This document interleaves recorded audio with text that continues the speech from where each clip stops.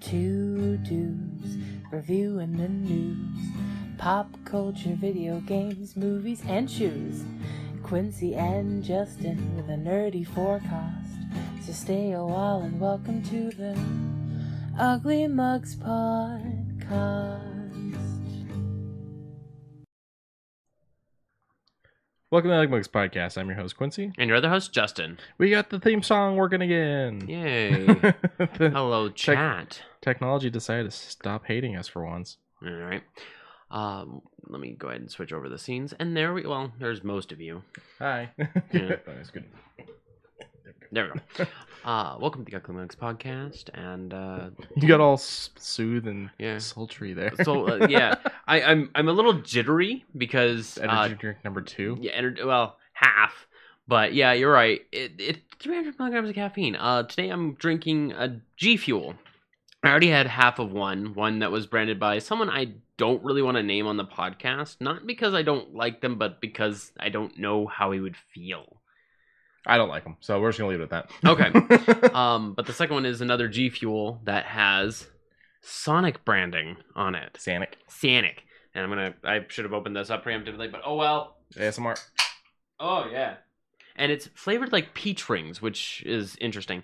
The only reason why I'm drinking this also is because it has green coffee bean and green tea extracts. So it does have tea. Yep. I don't want to hear otherwise. Let me know how much it actually is like the peach rings. Is it like peach rings? Oh, yo. Okay. What would make this probably better is if it actually had like a little bit of sugar to at least give it that actual sugary flavory to it. Oh. Oh, you want to try it? Yeah. I washed them out. There you go. With my Batman head. Batman. But that is actually really good as far as it being sugar-free, you know. It does taste like peach rings. Yeah. And downstairs I have another flavor, but I think I'm going to leave it here for next week. And that flavor is something that I'm also excited for, Rainbow Sherbet. Now, is that one Sonic themed as well? No, that one's just the G. It's just a G Fuel. Okay.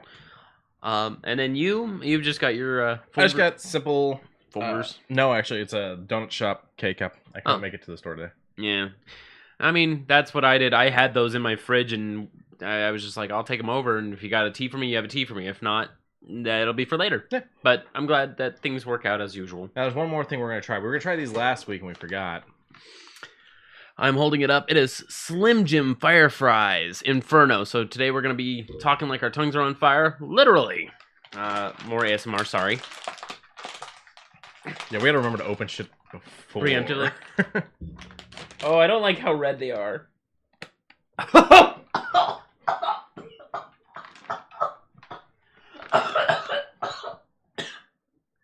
took a whiff and it a little bit of... Wuss. Oh. There you go. Why did I do this to us? I mean, to you, maybe. Yeah, to me, maybe. You like your heat.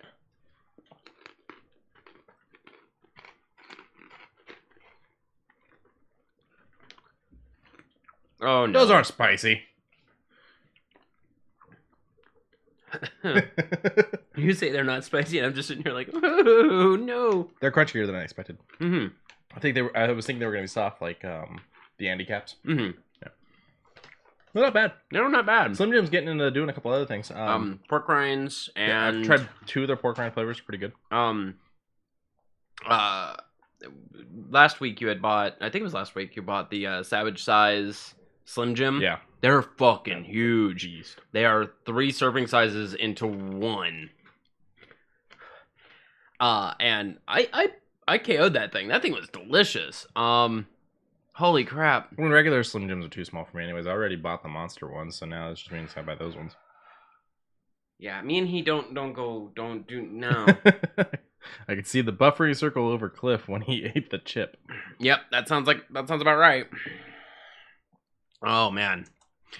But they're not bad. Like the heat doesn't last too long, to where now I'm like, okay, now I'm a little over it. Like I can feel the tingle in the back, but it's not like, you know.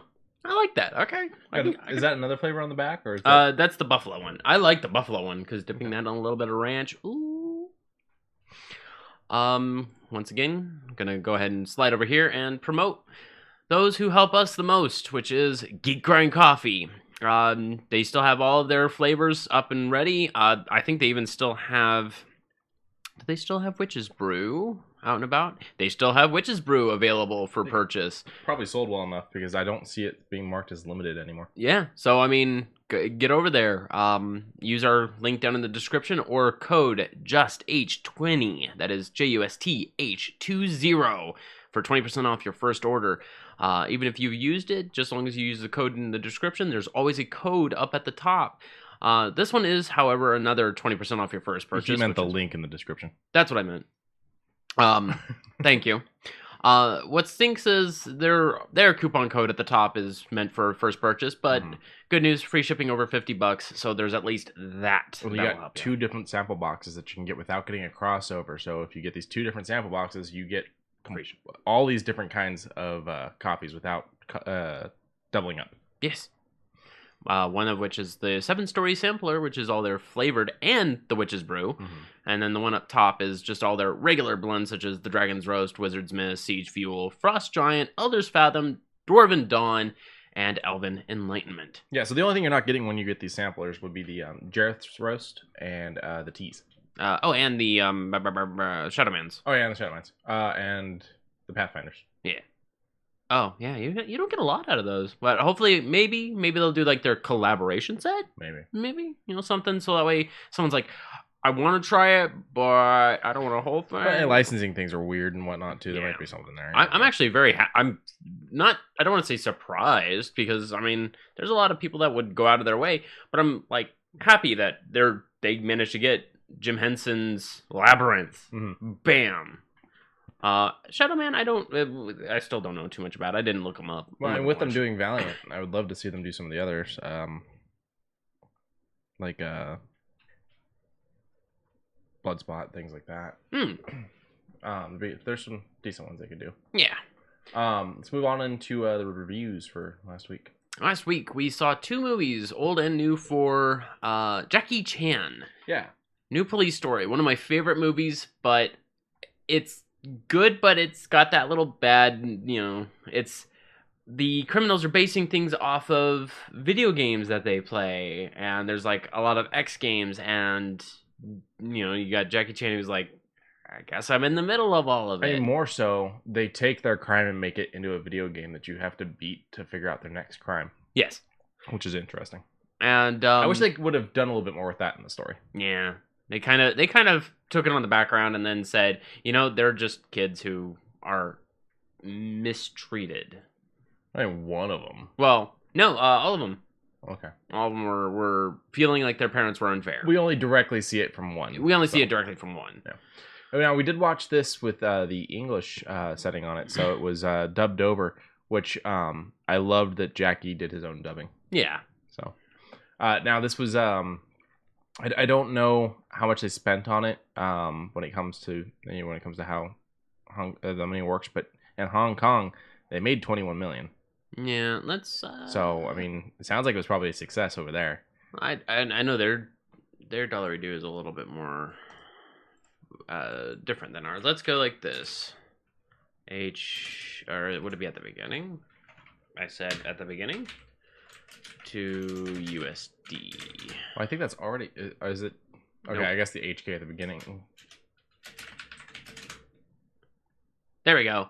So 21 million translates to 2 million. Gotcha. So that's quite a difference. Yeah. That's almost a tenth. But then you're not counting DVD sales and... Right. That's just box office. So I mean, it's not too bad. 2 million out of a front runner. I want to know how much it... They spent? Yeah, with the budget. Oh, here we go. New Police Story budget. I don't... Okay, so if we take away... So it's 8.5. So they spent 8.5? Or $10 million.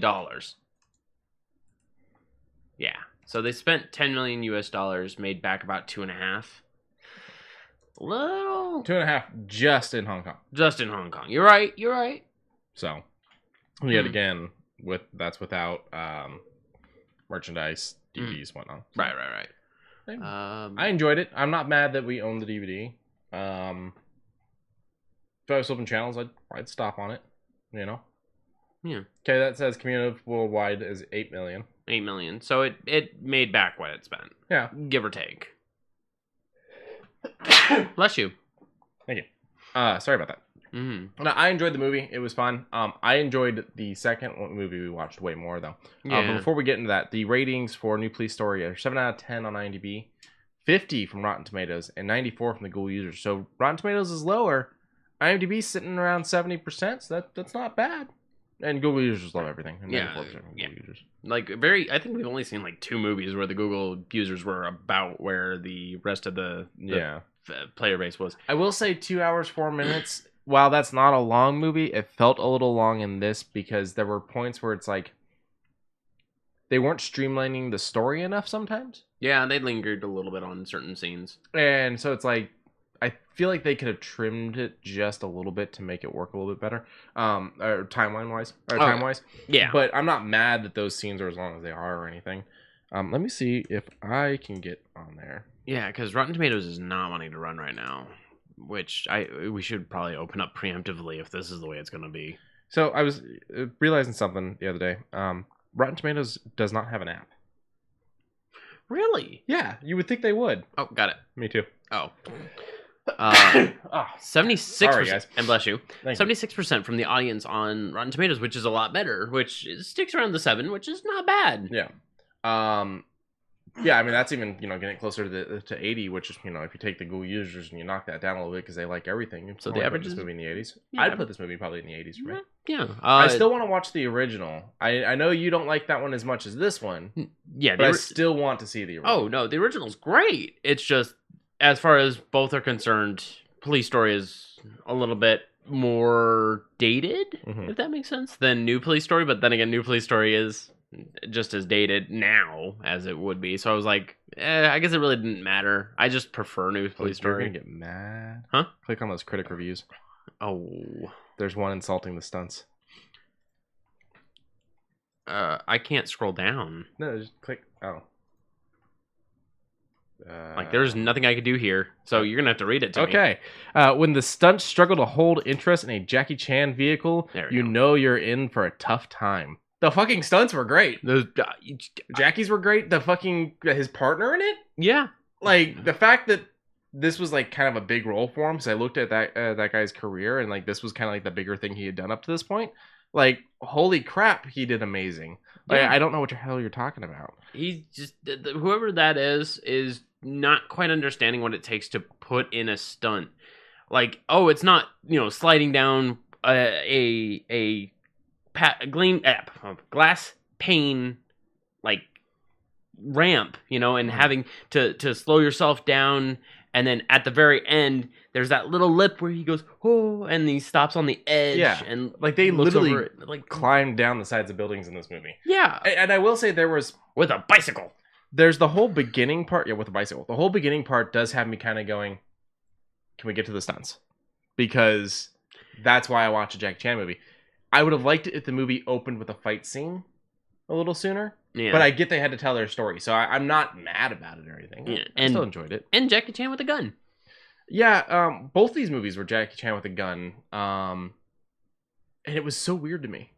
Because I've seen so many things where it's like he disassembles the guns or throws the guns away from the people or something. Yeah, because he can, like, he has actually taken actual gun training to disarm quickly. Just put one in the chamber or jam the gun, and then he'll be like, that's that out of the way. If they want to keep trying to use it, it's not going to work. Yeah, I can now work on the person. That's one of the first things I do in the Batman games is someone pulls out a gun. I'm like, oh, let me get my hit count up so that I can go over there and disassemble that fucking thing before I get my ass shot. Yeah, all right. So it's like, there's that moment of, I know what that is. I got to get rid of that. And as soon as he gets rid of it. I love how flippant Jackie Chan is when he talks about how many injuries he's had, says chat. Yes. Yes. I mean, do what he does. Yeah, he has had so many injuries. Burned hands, dislocated collarbones, twisted ankles. All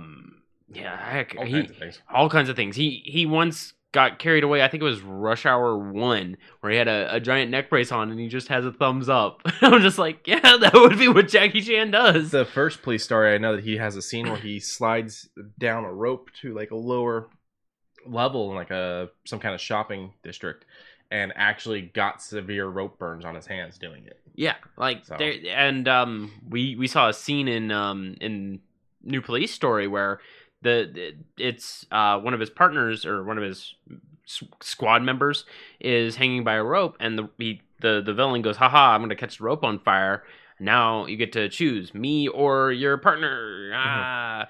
And so he leaps onto the rope and puts out the rope. Yeah, using like just pulling his sleeves of his shirt up over his hand. Yeah, and of course you can tell he's got like some actual flame retardant material. Yeah. And it's like the stunt itself pretty good looking. Yeah. And this one does what I love with a lot of Jackie's movies, where afterwards when you're watching the credits, they're showing you some of the behind the scenes stuff. Yeah. With like how they did the going down the building, or how he actually jumped in, did put out that rope with his hands and whatnot. Yeah, and then as soon as he lands, just gets hit with a freaking fire extinguisher. Yeah. I'm like, wow. So just right there, huh? There's only 8 critic reviews on this, and that's why it's sitting at 50, because 4 liked it, 4 didn't. Yeah. The next one says pretty much everything in New Police Story seems so contrived that Alan Yoon's screenplay may as well have been written with a crowbar. I don't even know. I mean, I don't even know. I will admit it is a bit of a stretch for most of the movie, but I'm not gonna say it's bad. I'm not gonna give it that 50%. I'm gonna give it an 80% because the acting and the relationship between the characters makes it really good. I mean, it's a police story. Yeah, it's a new police story. The other 2 bad reviews aren't actually available, but then we got 4 good ones, which is always nice. Yeah, that's where the 50% comes in. Yeah, one of them's in Spanish, I think. Another one's not available, but one of them does say spectacular stunts and a gripping crime story. And another one that says a tip of the hat to Chan for taking a break from his big budget Hollywood mugging to return to his roots and do what he does best: shake up the streets of Hong Kong. You gonna try to translate the other one? Sure am. Oh wait, let's do this a little bit more easier. Right click, copy this. Do. Chan does very well in a more dramatic role than usual, but although the action sequences are effective, the film is too long and ends up losing its rhythm in several moments. As you said. That was kind of what I was saying too, but like I said, this guy's sent out a 3 out of 5. Yeah. He still liked the film. Yeah. Like I said, I still like the film. I just feel they could have trimmed the fat a little. They could have trimmed the fat a little bit. So, having Jackie, as he goes up the ramp, losing the gun because of the way he's climbing up that ramp, that was funny. That was authentically funny. Because it's like, you're a cop, you're supposed to have like a holster, you're supposed to have this whole uniform, you tuck it in your pants, and it just goes flopping out, and you lose it. Yep, gravity's a sick bitch. Yeah. So this one sits at a what? A 70... This? From the audience, 76? 70... Oh, uh-oh. Dun, dun, dun, 76, dun, you're 76. right. Okay. All right. Good movie. Yeah, I was happy with it. The next one, The Foreigner. The Foreigner. Now... I had seen this one before, and you have not seen either one of these. No, I had not seen either one. This has been on my list for a while, and I just never got around to it. Yeah, and I was happy when you told me you didn't see it, because I was like, oh, you're gonna love it. And there was one scene where I was like, I don't want to say anything because I know that one of our viewers right now is not gonna enjoy it. He's not happy. No, but I was like. He mentions it, so I'm just kind of like, oh no, the dog. But good news, he immediately turns around and goes, he's just sleeping. Yeah. Now, what I like is this movie is directed by Martin Campbell, or Campbell, however you pronounce that, who directed Casino Royale, which means he has now directed at least 2 Bonds. Oh, yeah, Pierce Brosnan. Daniel Craig and Pierce Brosnan. And, cool. Arguably the Asian version of Bond. Yeah. Because Jackie Chan can whoop everybody's ass. He could. That's right, I'll whoop everybody's ass. Whoop everybody's ass. So it's based on a book called The Chinaman, by Stephen Leather. I finished this movie and immediately went, I want to read the book or listen to the book. And it is available on Audible, so I may be spending my next month's credit on that one. Okie doke. It looks really, the book was really interesting. The movie was really interesting. I mean, I'm really excited to see how it compares to the book. The book's only 320 pages long. It came out in 92. Really? Yeah. Oh. Well, yeah, I guess it would make sense. Now, it did end up, it's the first in a series, I think. So it goes on to The Vets as the next one. And I'm not sure if that's going to follow the same character or not, but I will let you guys know as I do that what I think. Okie dokie. But on to the ratings for The Foreigner. 7 out of 10 on IMDb, 66% on Rotten Tomatoes, 55% on Metacritic, and once again, Google users, 89%. See, I don't think the Google users are high enough on this one. I definitely don't think any of the other ones are. This one, I'm putting in the 90s. I liked this a lot. It's a very fun movie. Having someone who already knows what the other person's planning, but then you're surprised by how much more someone's willing to go. All they wanted was some names. You could have just given some bullshit excuses, but you decided to give him the runaround and ignore him. So while we're waiting for Rotten Tomatoes to load, I preemptively preloaded this one. So 66 from the critics and 72 from the users. So actually the users like New Police Story more technically. Now, of course, they're not comparing the two of them, but I did find that interesting because out of the two, I like this one better. Yeah. But I had the option of sitting down and watching the two back to back to compare them. Now I'm wondering, what do you think is going to be the main gripe from critics? Yeah, I'm assuming from the users, it's going to be there wasn't enough Jackie Chan doing martial arts. I'm hoping there's at least one or two that might be like it's not like the book, just because some people, Good point. Yeah, some people actually like to see the adaptations of books portrayed better. Yeah, I've watched a lot of adaptations of books and been like, that was terrible, or I very seldom go, I like the changes. Yeah. I think the only book to movie change that was okay was probably the first Hunger Games, just because it was more entertaining. I didn't read those ones. I just read the first two books. But the first movie, it was the only movie that I saw, and I was just like, the movie was more entertaining. Watched the first two. The second one was where I was like, man, bored with this. Yeah, it's... I don't know why it's targeted toward young teenagers. Is the only thing that I'm like, are you sure you want to target this toward that? Be aware. I don't know that it's necessarily young teenagers. I don't know. It's the young adult section is I think how they clarify. Yeah, okay, we'll go with that then. So, looking at some of these reviews, not a memorable movie, but it is a welcome return to action genre for Chan and Brosnan after too long a time away. I thought it was memorable. I was talking about this movie 2 hours after I watched it. Like I took you home, came home, and I was still talking about this movie to Lauren. Yeah. Like I had to go to the store and everything, and I still was talking about this damn movie. I was talking about this movie while I was at the store. Like it was a pretty good movie. I'm curious, when was Super Cop should be on the list somewhere. Have you ever seen Super Cop? I think I have actually. It's one of Jackie Chan's craziest. Okay. But let's see here. Because 2017 was when. Was it 2017? Yeah, 2017 was when that was, and then before that it was Kung Fu Panda. There was a Police Story in 2013. Oh, that does not look like it did well. I mean, I would like to see it just to see it because I didn't even know. Purely out of curiosity. Yeah. All right, we'll see if we can find it.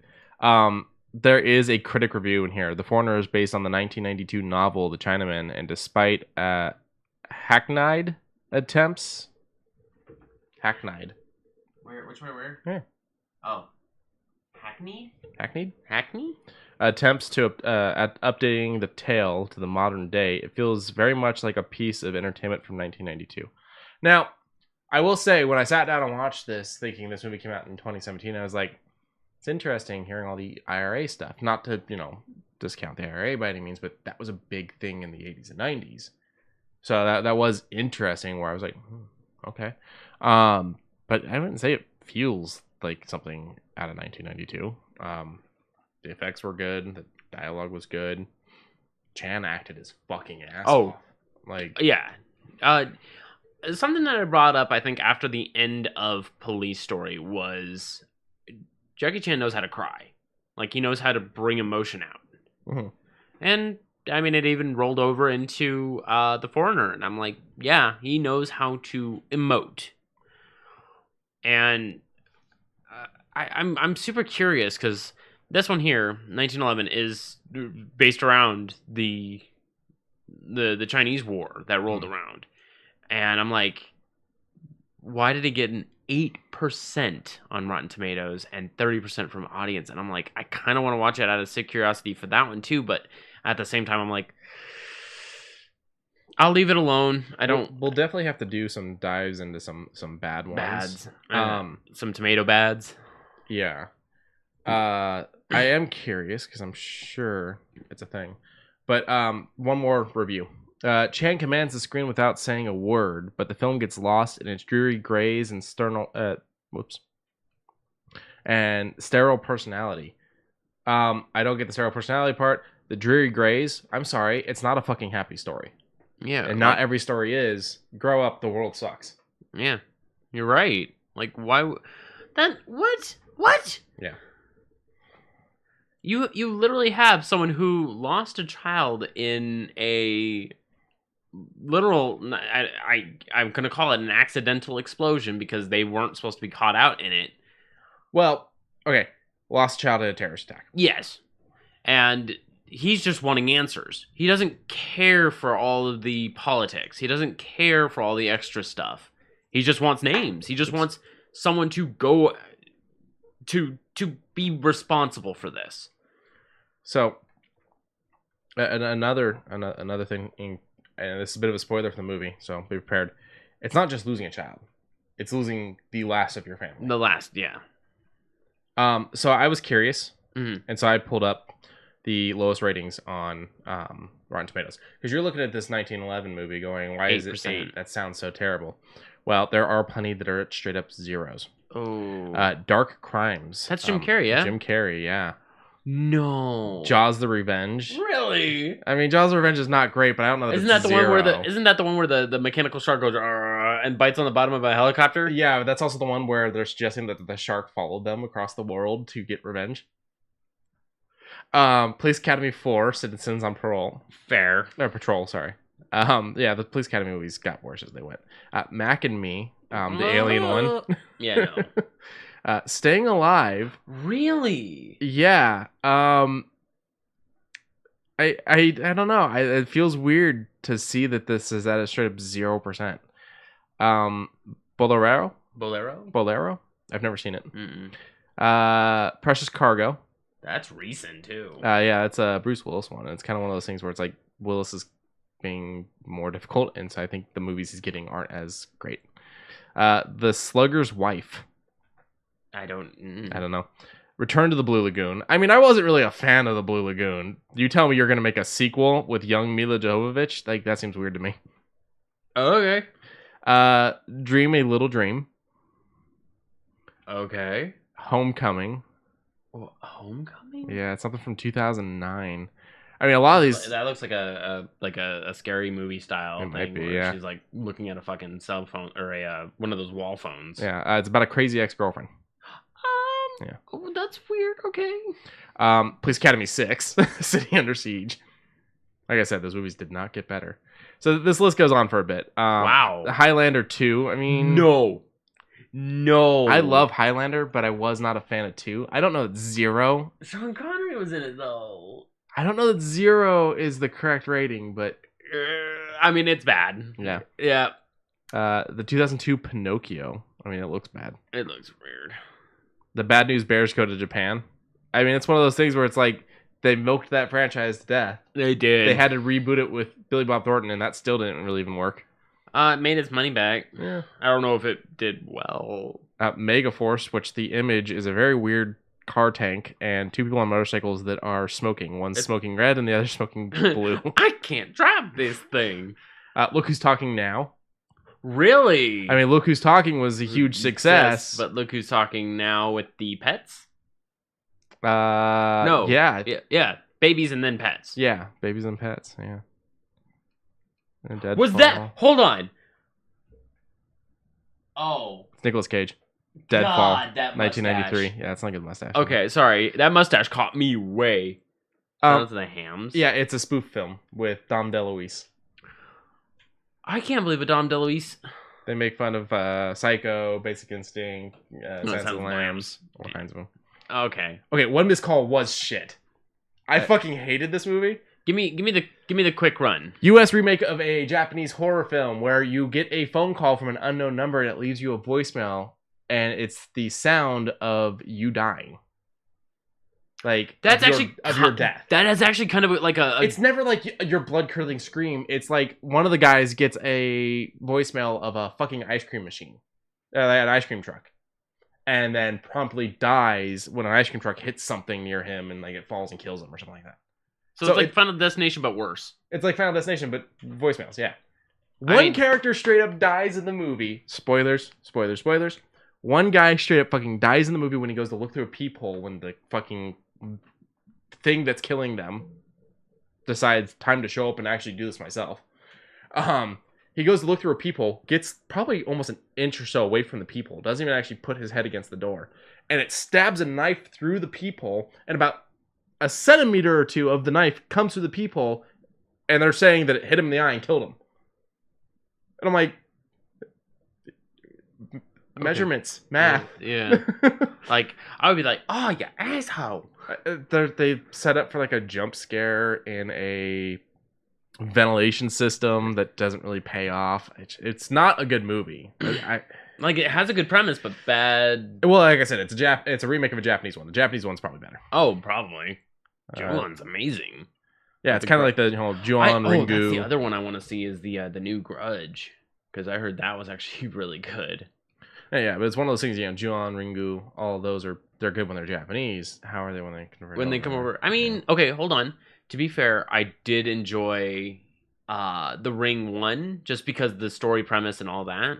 But not sure if you know the story or not, but One Missed Call story. That's amazing. Go ahead. I went and saw that with Matt years ago. We left the theater and Matt had a missed call. He refused to listen to the voicemail. Needless to say, it was pretty funny. That was from Piper in the chat. Yeah. Another one of the ones that's on this list. Super Babies, Baby Geniuses 2. Okay, I'm done with this. 0%. That makes sense. Gotti, really? Yeah, people did not like that movie. I mean, to be fair, no one liked the person either. Yeah, that's true. Some of these make sense. So when I'm telling you that these are the 0% and you see that movie at 8%, I mean 8% still hurts. It still sucks to see that, but I mean, it could be worse. It could be worse. Mono's Hands of Fate. Yeah, that's bad. But in short, The Foreigner, I like it. 9. Yeah, I'll put it in the 90s. Yeah. It's a really good movie.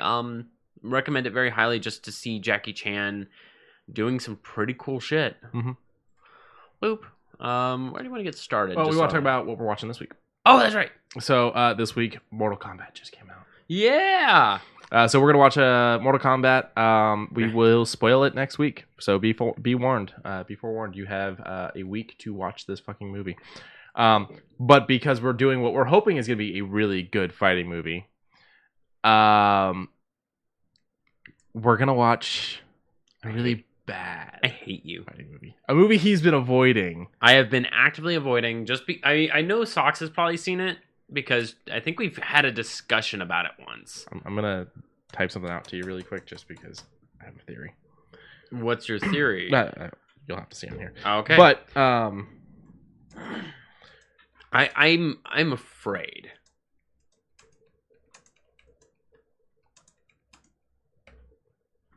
So, got it? I got it. Okay. The movie is the 2010 Tekken. I'm going to make them watch the 2010 Tekken. Now, I love martial arts movies, so I'm already here for it. I'm just hoping that the bad clout that's around it can be persuaded to make me overlook its problems, So, hopefully a very good Mortal Kombat film and a not good Tekken film. So, Now, I'm a big Tekken fan. I like Tekken a lot. I like Tekken. I'm also a big Mortal Kombat fan. So it'll be really interesting to see what the new movie's like. Rotten Tomatoes just does not want to work. That's fine. And it's just Rotten Tomatoes. We're just doing this then. I just wanted to take a look at their ratings for it real quick. I think it's 7. Okay. Okay, that does give me a little bit more hope. Where it says, 4.8 out of 10, 5.6, but Google users always bumping it up to that 83. Yeah, but I think it's like 7 on Rotten Tomatoes. Oh, yeah, because there's nothing here. Oh, no, it's 0. It's a 0 on Rotten. Yeah, but it's only got 6 reviews. I mean, it's 31 from the users. 0 out of 6 is still 0 out of 6. I'm okay. Well, we're gonna. Yeah, but if you take that concept and say you sat someone down and had them watch The Room, and they decided they fucking liked it for some reason, and gave it a good review, it's endearing. I'm gonna throw spoons at the TV. So say you had someone sit down and watch The Room, and they liked it, and they gave it a good review, and then you didn't let anyone else review it.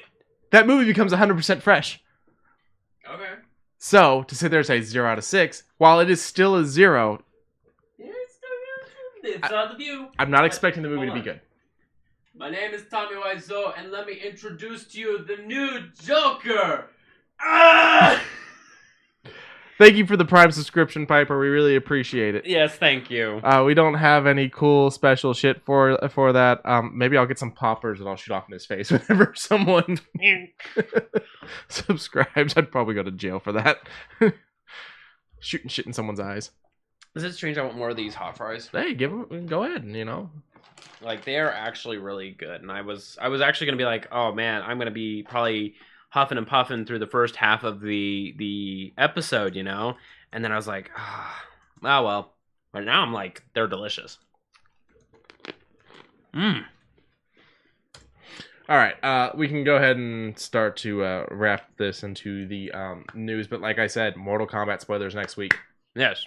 All right, MLB The Show came to Game Pass for the Series X and S. I don't think it's available for the One.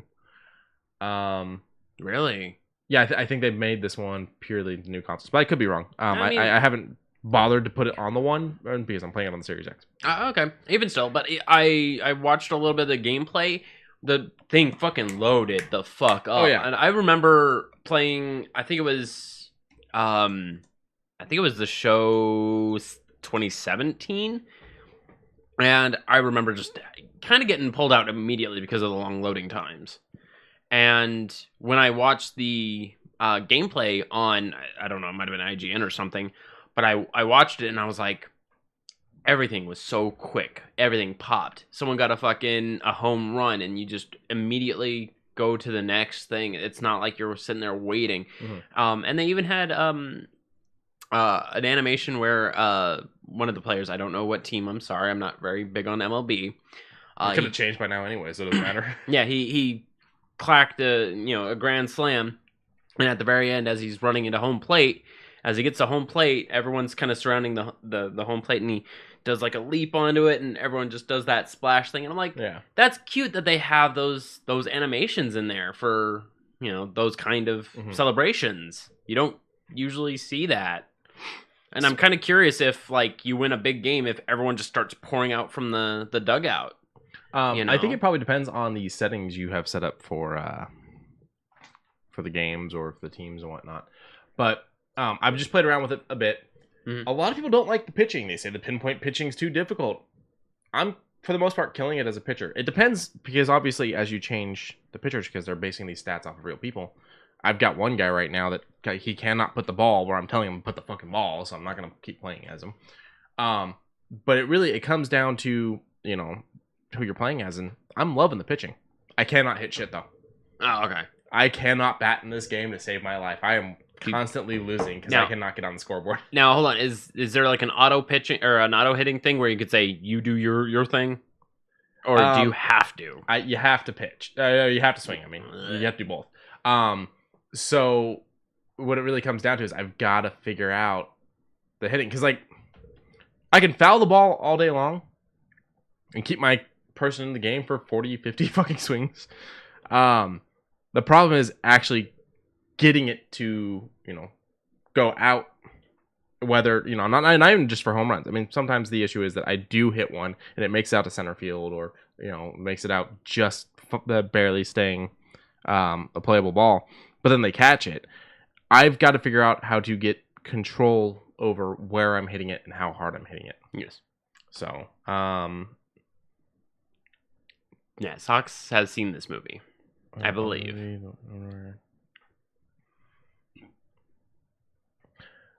Yeah, I think that might be it. I don't know. I don't know nothing about it. To be fair, it's not like, there were better versions of fighting movies before this one. So, Mortal Kombat, if it's good, will be the first one to actually make a good fighting game movie. I mean, Mortal Kombat 1, we watched it. And, I mean, it's enjoyable. It's enjoyable. It's not It's whitewashing it. Yeah, whitewashes. Yeah. And their Raiden totally sounds like he's You need to go now. What is it? Who is it we decided he sounded like? Was it Ren? Oh, yeah. Stimpy, you idiot. That's their Raiden in the Mortal Kombat movie. And then, you've got, the Belgian in Street Fighter. Yeah. Or Carlos instead of... Quick, change the channel. What was he supposed to be? Yeah, that would be Street Fighter. And Dan Sox mentions it in the chat. Yeah. But no, Blanca. They're making him into Carlos. Yeah, what the fuck? Carlos Delgado. Yeah, I just want to, put my peace of mind in there on MLB The Show. I'm enjoying it. It's available on Game Pass. Go try it if you can. I don't know what we're doing right now. I'm going shopping. Yeah, the X was available on here a couple days ago, and it's not again. I know. The S stayed available for I think a solid like 2 days or something like that. Yeah, I don't want the S. If I can avoid the S, I want to avoid the S. I want to get my disc. I want to get some. Is there anything you're gonna buy disc wise and put in there? I want it for the 4K Blu-ray playing.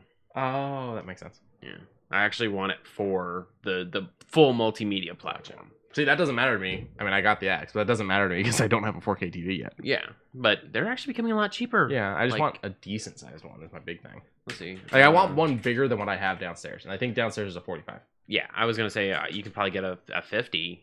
50 wouldn't bad. Yeah, I don't have $319. I'm just saying, buy some coffee so I can buy a $319 TV. Yeah, I'm down for that. I am down. Just go PC at this point. LOL. Tell me, can you get yourself a fucking graphics card right now? At 3080. Let's sure. Let's find out. And let me know how much that is. If you're gonna come in here and preach PC, I want you to understand what you're telling people. GX, no GTX. You stupid asshole. Oh, yeah, that sounds worth it. Let's do that. Let's buy a $2,749 fucking graphics card when I could go and just buy a fucking $300 console. And yes, go buy David Bowie crotch coffee. Yes, that's how I'm selling it from this point on. It is crotch coffee. It is crotch. Buy a pre-built LOL or pre-owned. I won't even buy a pre-owned console, let alone buying a pre-owned fucking PC, first of all. And the pre-builts ain't fucking cheap either. Boom. That is twice what I'm paying for a fucking console. That is still more than I'm paying for a console. Yeah, and they're not scared? even... No, I'm frugal. And I would rather build my own for this price. Yeah, I mean, also, I kind of want to build my own just because I kind of want that, like, I achieved this, I did this type of thing. Yeah. I still think the way of the future is the upgradable home entertainment system type of thing. Not necessarily a PC, not necessarily a console, but the concept of, you buy the thing, and rather than, you've got to go through and buy a new one, you just buy the new parts. Yeah, see, there's a guy right now who has it to where it is a tower, but it's a custom motherboard that you can pull off. It already has basically the thermal paste and everything already on this little tiny brick that you just pull off the old, put on the new. See, and that's the other thing. It doesn't have any pins, which is even funnier. So that's the other thing. If I was building a PC, I would kick everyone out of the house except you. We would come up here. We'd make sure the temperature in the room is tolerable. We'd turn the fan off. And then we would sit there and hold our breaths for 20 minutes as I try to put that thing on there without fucking up a pin, because I am beyond nervous about breaking a pin on a fucking processor. Okay, it takes a little bit of pressure to actually do that. God, I am so nervous. All you do is just it actually with how it is today in today's times. Back then it used to be yeah, but in today's times you can literally be off like a small centimeter, not even like half a centimeter. It'll be like, no, that's not going to work. You could just adjust it. It's not like you scale it very lightly, you immediately break it. No. Knowing my luck, I would adjust it and get it in that spot, and then someone outside will slam a car door right when I get pushed down and just go. I mean, that's you, man. I'm gonna be wearing like the fucking like shooting range head. Yes, that no one can hear. I can't hear anything as I.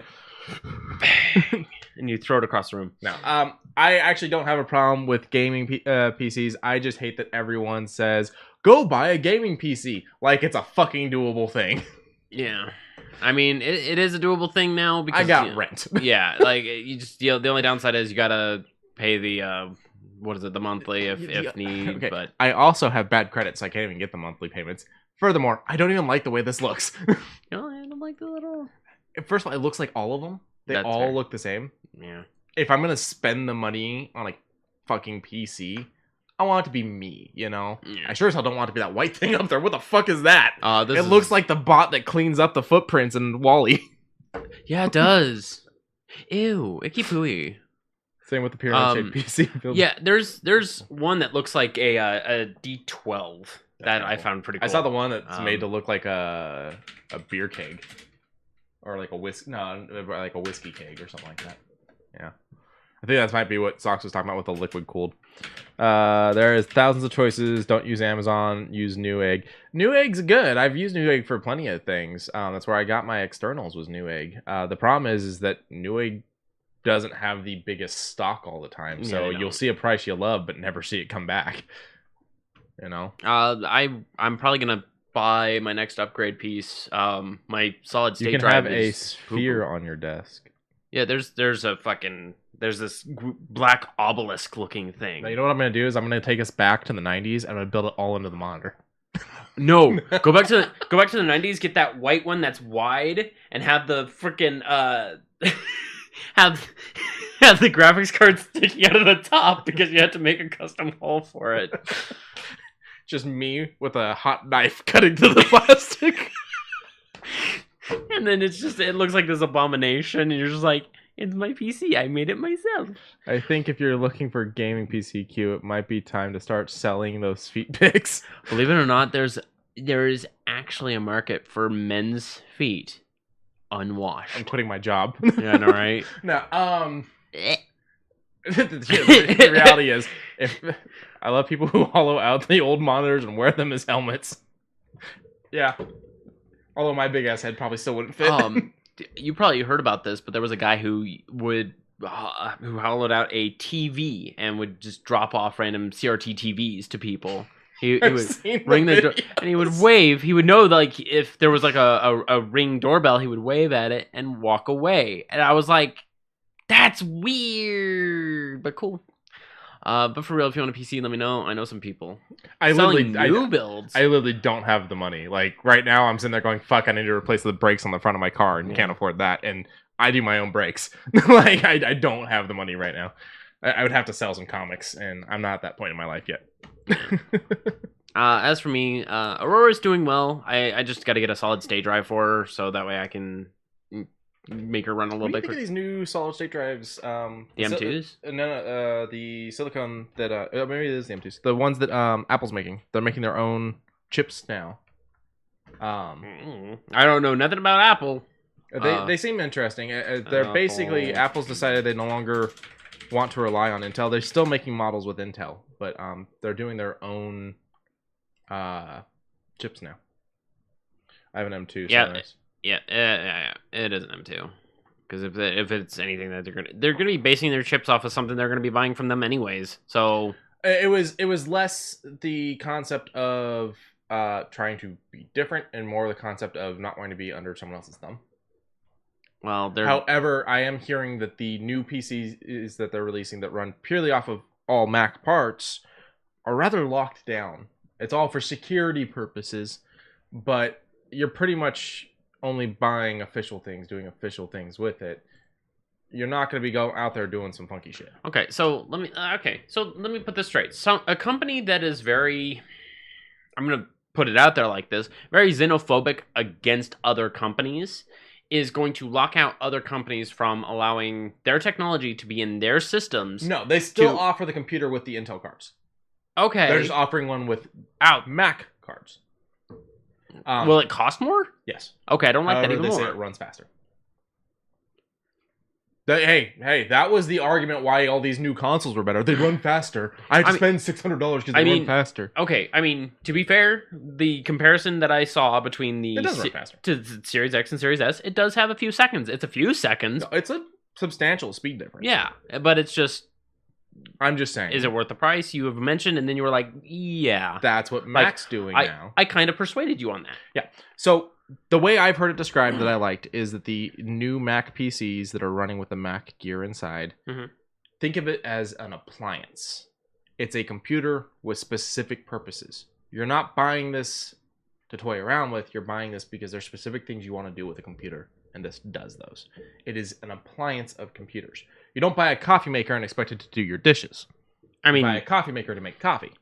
Well, that's what you buy this PC Rosie to do specific things, and that's about it. So it's not going to be for people like you, but it may be for people who are making music and or love throw the way money Mac away. works. Or people throw money away. I'm just saying. I'm sorry. You know, me and Apple have never got along. Yeah. The one time I had to use a Mac to help someone out with their project, I wanted to snap the thing in half. Yeah, I mean, I've spent so much time on Windows now that, you know, whenever I try to do Mac stuff, and I learned computers on Mac, that I'm confused. But I also know people who, well, the bias, and that's fine. I do have bias. But while there's, you know, the people that are like you that are anti-Apple, and I understand why, and I'm not even using an Apple. I mean, this thing's a fucking HP. There's also those people out there that don't like either, and will only do Linux on something they built from the ground up, or will go out and buy an HP and wipe Microsoft from it and throw Linux on there, which is perfectly fine too. But you know what I find the funniest thing is most of them run Mint or something like that, which is basically Windows. Because I mean, it's simpler. It's a good operating system. It is. You may not like it for whatever reason, but the functionality. Oh yeah. Even Linux without a directory manager is still better than Apple's operating system. The pun in the chat. I know. I'm not going to address it. I refuse to address the pink elephant in the room. For instance, I've tried writing on a Mac. I prefer Office. Yeah. Office is just it's how simple. It's what I use. I've used Google Docs. Google Docs is basically Office, so I can use Google Docs. Google Docs is very Office-like, right? So I can use Google Docs just fine. But sorry, we got way off subject here. What the fuck were we talking about? We talked about MLB The Show, which led into talking about consoles, which talked about the computer, which talked about the solid-state drives. Wow, Piper, you know this because you pay for it. You've got Game Pass, so the game may be on the Series X and S, but it probably has a PC version that's available. I'm just assuming. It didn't say it was. You know, the one thing that bothered me about this was I booted it up, and this is made by Sony. Like Sony's partial maker in it. So there's a fucking PlayStation thing at the beginning when you boot the game up, and I'm like, this is so weird. Yeah, I mean, they're the ones who I think are just direct sponsors. I think Sony is a direct sponsor of Major League Baseball, like straight up. I haven't seen them on it. Click San Diego Studio because I want to say that is. That's probably the thing. Publisher Sony Interactive. So no, this does not have a PC port. Platforms for Xbox One, Series X, Series S, and PlayStation 5. I guess maybe people just aren't playing it on PC, and so they didn't make a PC port. I don't know. Interesting. Or people modded it and it was funny. So now I get to argue with, I can't play this on a PC, so bite my ass. On to the next. There's a bunch of fucking things. Toss a coin to your Witcher. I like The Witcher. I'm not going. Yeah. Do you want to go and fight monsters in the regular world? So, I do like augmented reality. I've been a fan of augmented reality, but I would never go out of my way for it. Mhm. But this seems kind of interesting. I see this Wendigo thing, and I'm just like, oh, I like that. I love though that they picked like the most aesthetically pleasing place to be fighting this thing, when the reality is most of us are gonna be doing it behind a Burger King Yeah, I know, right? with the smell of dumpster around us. Oh, it's got Pokemon Go like. Yeah, things? it's like a Pokemon Go type. That's interesting. Or the Ghostbusters one, or the Harry Potter one, or the original hacking one that these are all based off of. You know, that's you. That's me. The alpha's launching for this. It's the Witcher Monster Slayer mobile game. It's doing a soft launch on Android. There's a trailer you can check out. He's gonna pull it up here. Yeah, they make it all very cinematic and whatnot. So just remind yourself that you're going to be playing this, you know, down the street from your house or at your local park with the dead grass.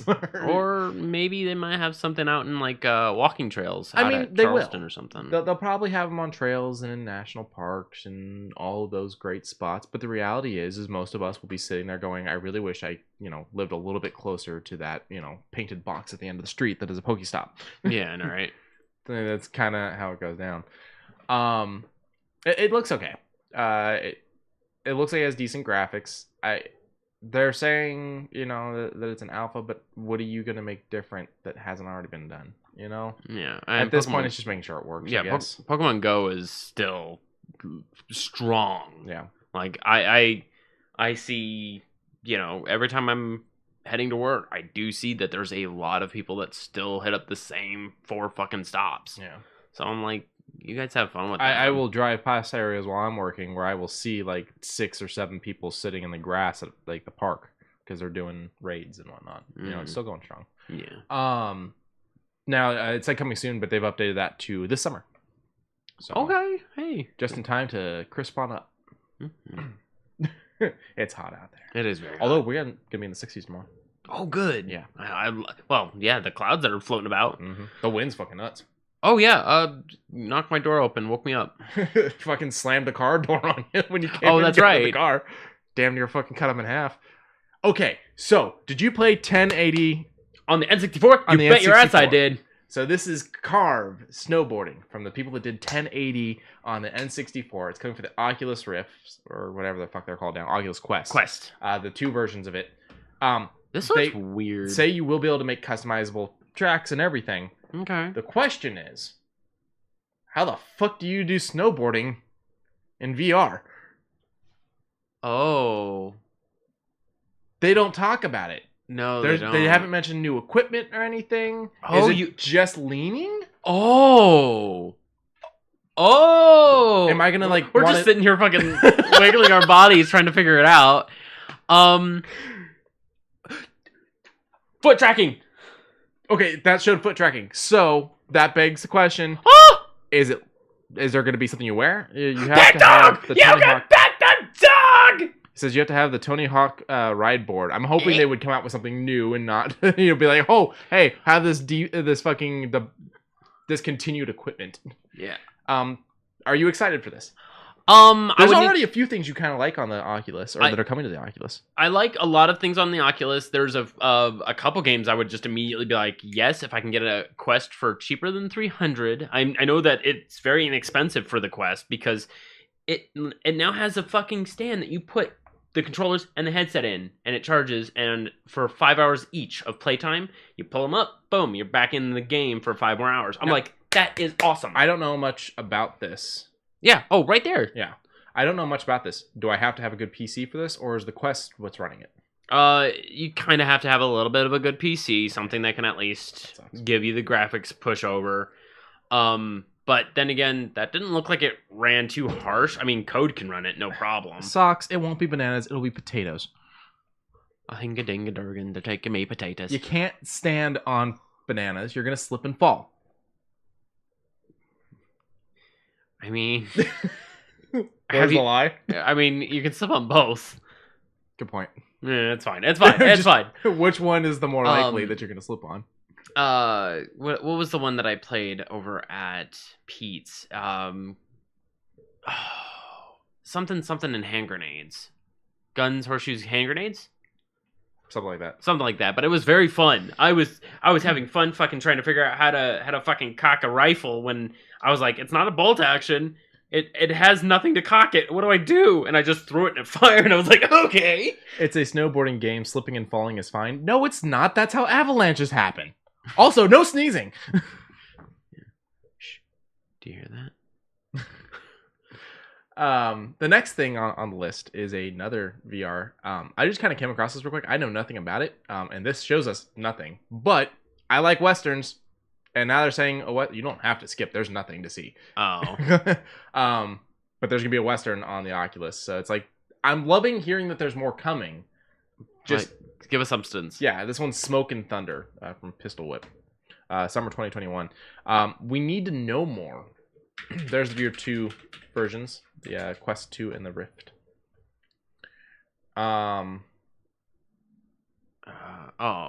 Pistol Whip's the company, or like the developer, I think. That's kind of cool. Yeah, it kind of looks like John Wick. Super Hot. Oh yeah, a little both. But yeah, it's one of those things of like, give us. Like, I'm glad you guys are coming out with a bunch, because it's like right now you're asking for $400 for me to go and play something that, I can already do on other stuff. Right. So now it's like, okay, here's these trailers. Cool. Gameplay. What can I do with the game? What can I do in the game? Do I need new equipment for it? Yeah, there's nothing. No. It's all the trailer that I had before was directly from Oculus. Yeah, 4 days ago. That was the one right there. Yeah, and everyone else is the same. They're stealing it and putting it up on theirs just to try and get it around, but that's fine. That's common, but it's like, what do we do? Sucks. I've seen enough of the Ice Age movies to know where this is going. Yeah. Take an acorn and create 50 problems. Oh my god, acorns, that's how we'll play the game. Yeah, I know, right? I don't. Yeah, we need your substance. Your game is coming out in summer. Like, that is not too far away. Yeah, Get us something. It's already almost March or May. I know months. No. Anyway, whatever. Moving on. Okay. As soon as I saw this, you crapped yourself. I had shit my whole ass because, oh god damn it, YouTube. It's fine. It's fine. But there was a small little snippet. That. And I was like, Sega! Sega has revealed a Judgment Day countdown clocks. And I am here for it.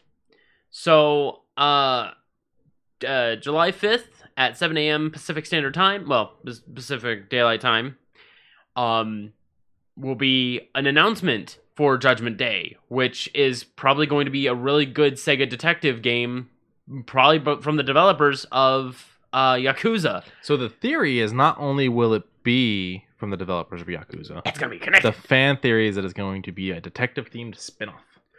I mean, I can't tell that this is Kamurocho or Shimawari? I forget the other city. But I'm here for it. Mm-hmm. I've always been here for Sega's open world beat 'em up, because I know there's probably going to be some beat 'em up style games. Open world. Oh, yeah, open world. Well, the great thing is the 5th, you said July 5th. July 5th, not June. Yes. Did I say June?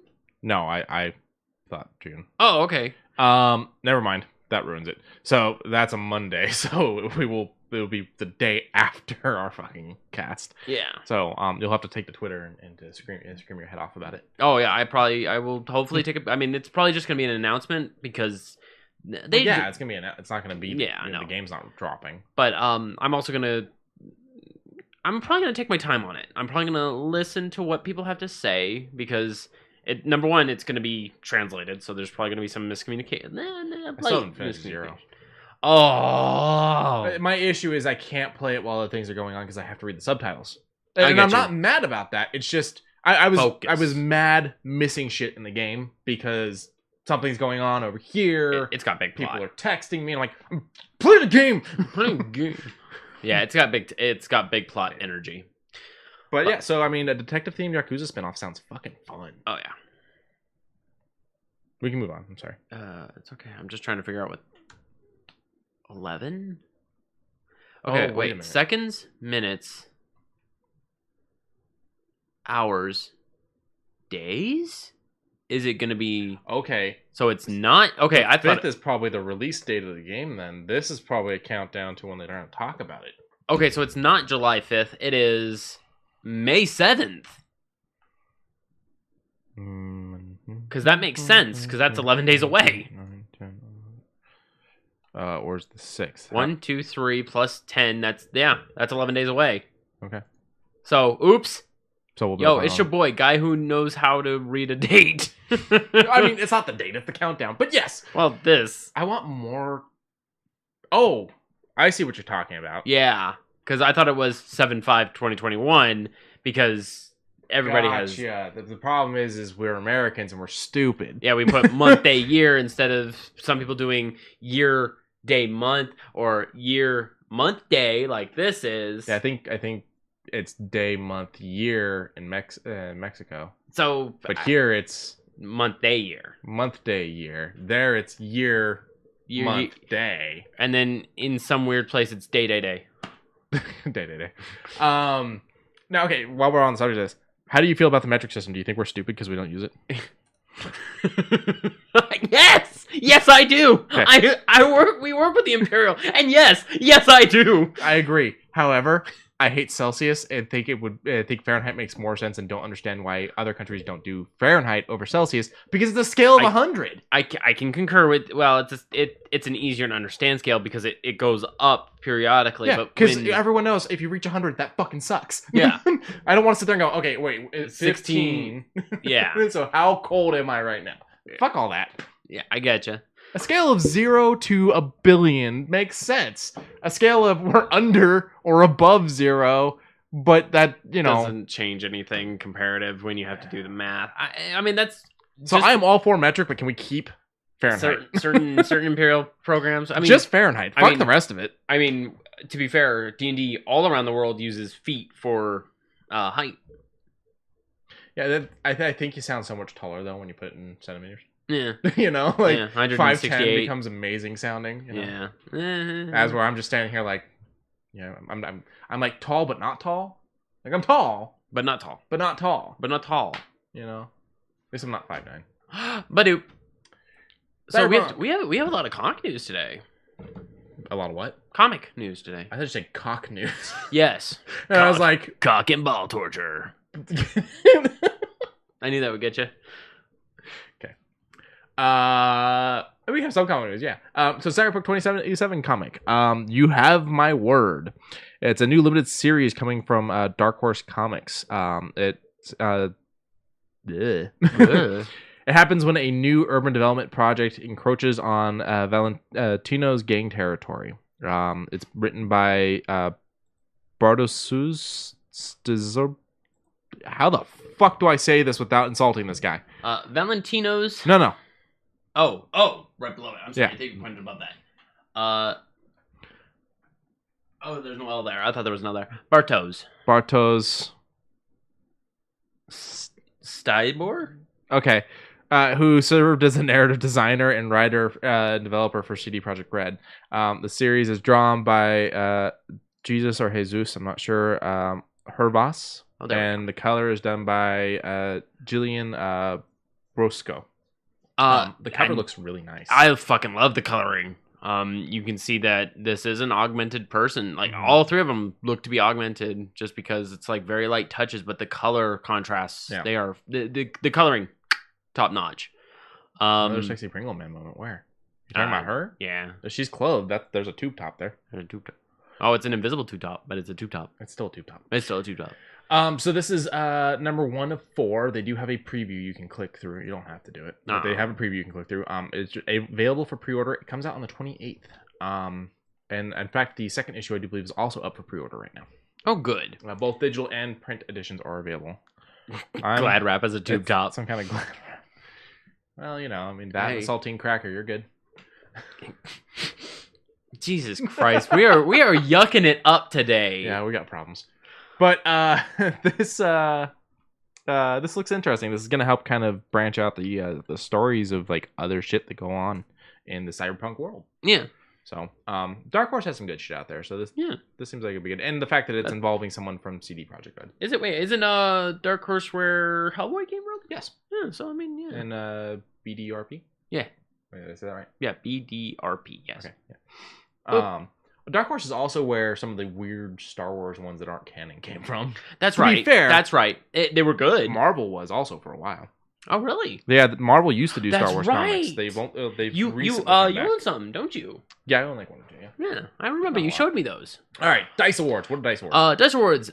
They are basically for the last, not that dice.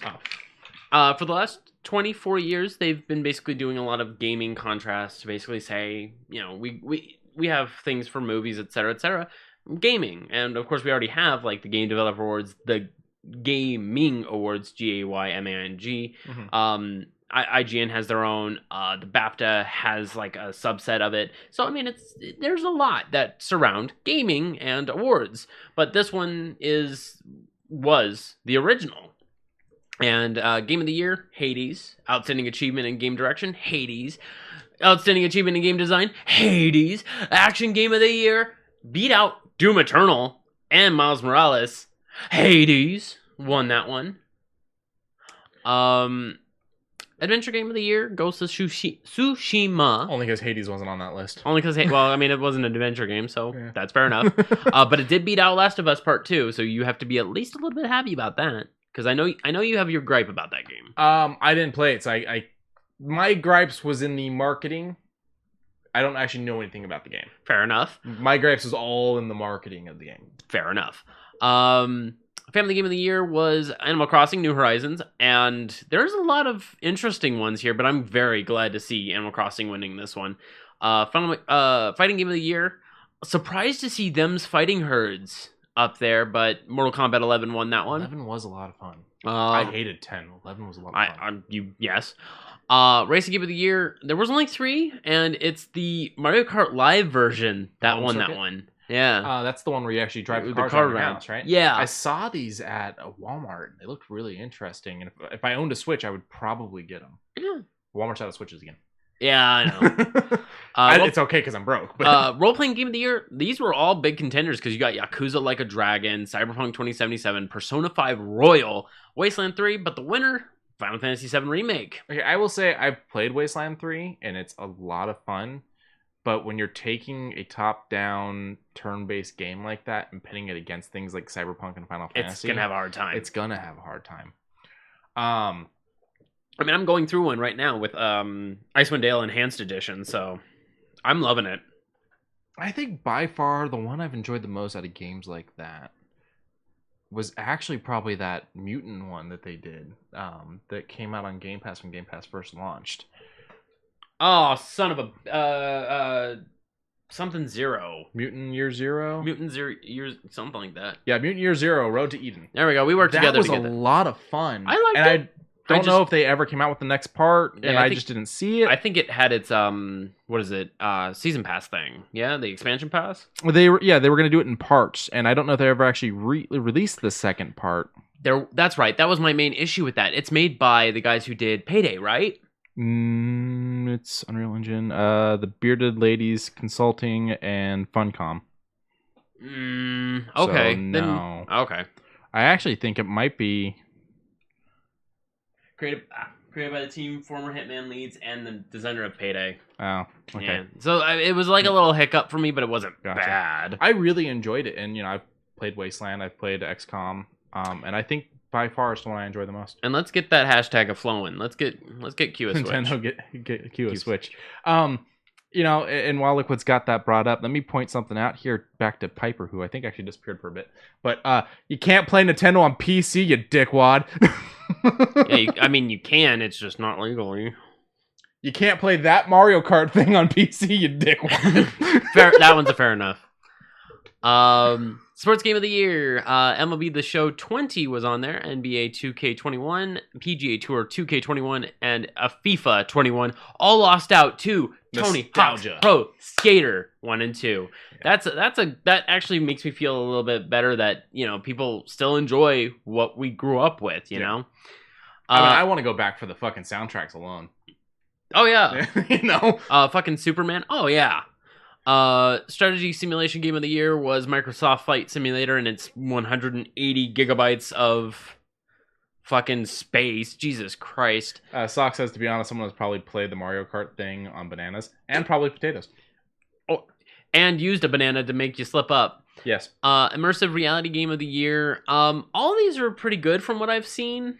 I really want to play The Walking Dead Saints and Sinners, but Half-Life Alyx won that one, which I'm cool with. I do love the Half-Life series, and I'm glad to see that it's the time just before you run into Gordon Freeman in Half-Life 2 Episode 1. They still can't count to 3. No, they can't. Mobile game of the year, Legends of Runeterra won that one, which surprising, but I'm happy to see that Riot is still getting their awards. And I will say I have played a lot more mobile games in the last year or so, with Apple Arcade being a thing than I would have in the past. But the problem is with the Apple Arcade games is Apple has a rule with these games being on there. There is no free-to-play aspect to it. There's nothing you can go through and buy to increase your game. Right. So once you beat the game, that's it. Unless they want to do updates that you're getting for free. Right. So, that being said, I think a lot of games that are there are going to suffer. What do you... No, I was trying to get a good angle on that. But this is Wild Rift. Like, I'm happy to see it. And, like, the animations, fucking amazing. Mm-hmm. Like, for a mobile fucking game. Oh, fuck. Oh, notice. Yeah.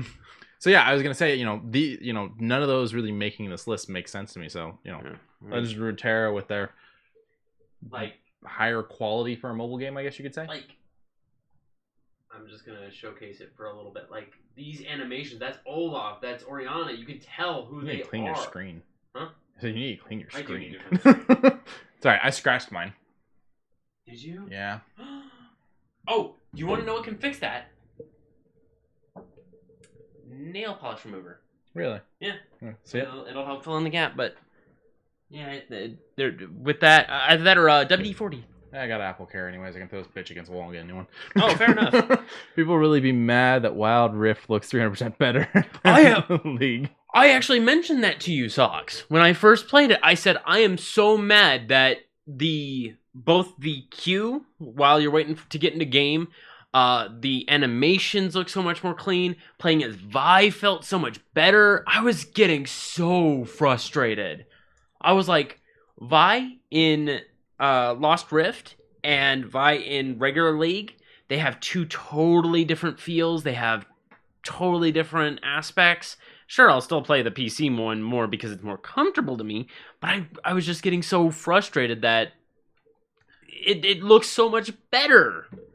I'm over it. I'm over it. So I saw something the other day. All right, while we're still poking at the whole PC thing, there's a new thing that has support for keyboard and mouse on the Xbox. Okay, I like that. It's Edge. And so it's like, I can completely do all of my web searching on my Xbox now. Yeah. Too bad it's Edge. Yeah. It's like, let me download Chrome or Firefox and we'll talk. I mean, yeah. If fuck. Could you imagine if they put Word? Could you on the Xbox? Okay, if they do this whole thing with Discord and their big ol' handshake, yeah. Holy shit, you can turn your fucking Series X into a multi-platform device. Yeah. This could be amazing. Right, could be. Online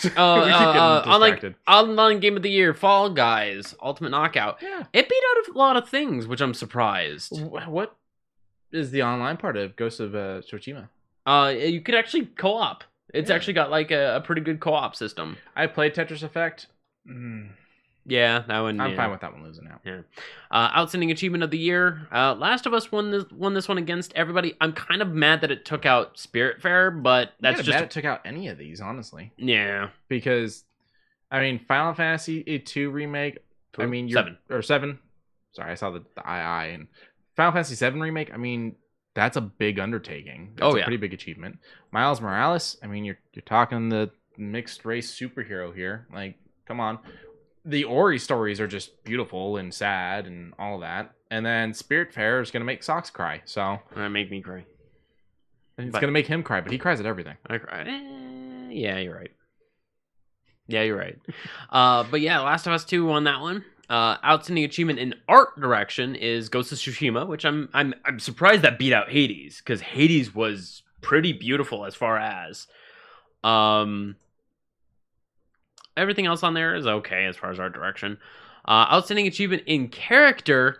Miles Morales did beat that one though. Good.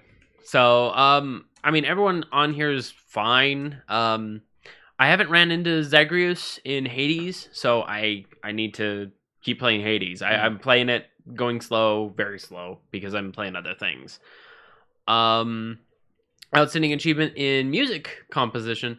Ghost of Tsushima beat out everything else. Carrion was a part of it, and I was like, was there music in Carrion? I pulled up the OST. Music in Carrion. I pulled up the OST, and I was like, it was a little background to the screaming. Yeah, I was gonna say I remember there being sounds and music and whatnot, but I don't remember it standing out. Yeah. Yeah, I mean, it was good. Would I add it to my playlist? Sure. Would I listen to it on the everyday? No. Outstanding achievement in audio design, Ghost of Tsushima beat out everything else here. Outstanding achievement in story, Last of Us Part 2 beat out Hades, Ghost of Tsushima, and Kentucky Route Zero, which I am a huge fan of, but they were a part of a couple categories and they lost out, which kind of stinks, but... Now here's my question. Yes. Spiritfarer, why isn't it on story? Because it's, to be honest, it's the same thing over and over and over, but with different beings. Attachments. Okay. It's a good story, but it's one you're gonna hear again. Gotcha. It's gonna end the same way, and it's gonna break your heart. Everything does. Every single time. Gotcha. Okay. It is of itself an outstanding story, but yeah, I can see why. Outstanding technical achievement, Dreams actually beat that, which I'm okay with that. I've seen some of the shit people have built in Dreams. Oh yeah, they rebuilt Tetris with its random block generator, I was like, holy shit. To take it further, I've seen the shit that's gotten banned on there because of copyright infringement because it's so good. Oh yeah. Immersive reality technical achievement, Half-Life Alyx beat that one. I don't know any of the other ones except for Mario Kart Live. Like, yeah, I don't know the rest, three. But I probably would have given it to Mario Kart Live. I mean, you're letting me play against someone that is not here with physical things for a hell of a lot cheaper than that chessboard we were looking at. Oh, Jesus Christ. And outstanding achievement for an indie game, Hades beat that one. I'm actually kind of frustrated Noita didn't win this one. Noita is probably one of the most ball-busting, frustrating games I have ever played in my entire life. Okay, but they're just saying independent game in general. I know. It's not a difficulty thing because, I mean, you got Coffee Talk on there, which Coffee Talk isn't anything difficult. It's just a nice hangout game, right? Yeah, I just send Dickbutt to everyone. Yeah. I've never played it. Oh. I know what it is. But Hades won it, and that's understandable. Hades is a very fun game. It's also ball-bustingly hard, but with Noita, there's so much Easter eggs. Like, there's an area that has one of those suspended bridges, rope bridges. You go across it, you find a orb, you pick up that orb, boom, you immediately get thrown into one of the hardest sub-bosses. He basically copies your abilities, turns you into sheep that can be destroyed in one hit, blinds you. You know, it becomes this difficult thing. But if you beat him and take that orb, you now have so many other paths in front of you. You're telling me this motherfucker turns me into a sheep? Yes. Polymorph. Bitch. Yeah. There's a gun in one of the Ratchet & Clank games where you can turn enemies into sheeps. I recall that. So while we're still talking about the Dice Awards, before we move on, I love the concept of companies, or not companies, but like groups making different kinds of rewards. Or award systems, not rewards, awards. Because the reality is the big award thing that's going on right now is currently today is the Oscars, and frankly, I don't give a shit what the Oscars thinks. Yeah. I like also do not. the different ones. So what we just had happened the other day was the Fangoria Chainsaw Awards. They're back again. So this was something that went on in 2002, but they weren't able to go again until 6, then 2014, 15, 16, 2019, 2020, and 2021. It's rewards. It's an award show for horror movies.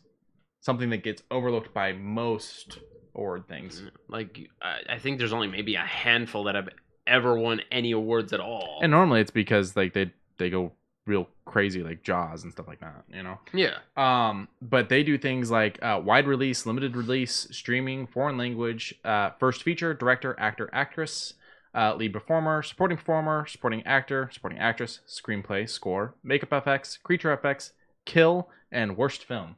They actually have a best kill section for the films, which I love. And then they do television awards for series, actor, actress, supporting actress, SFX. And then they have special awards, which is the Hall of Fame and the Lifetime Achievement Award. Aw. There was also ceremonies in 92, 93, 95, 94, 95, 96, 97, 2017, 2019, 2020, and 2021. So it's a fun thing. This year, you're actually able to watch it on Shudder, the horror streaming service. Oh, good. Yeah, so that's what I thought of when you showed me Dice, because I was like, it's an award thing that isn't the norm. No. And I like that. Yeah. So, just real quick, the Evercade, you know how you have all your old console nonsenses, yeah. your old ones? Well, good news, now this one allows it to be pushed up to 4K should you want to play a 8-bit game on a 4K TV. I have 3 questions. Yes. Question number 1. Yes. What games?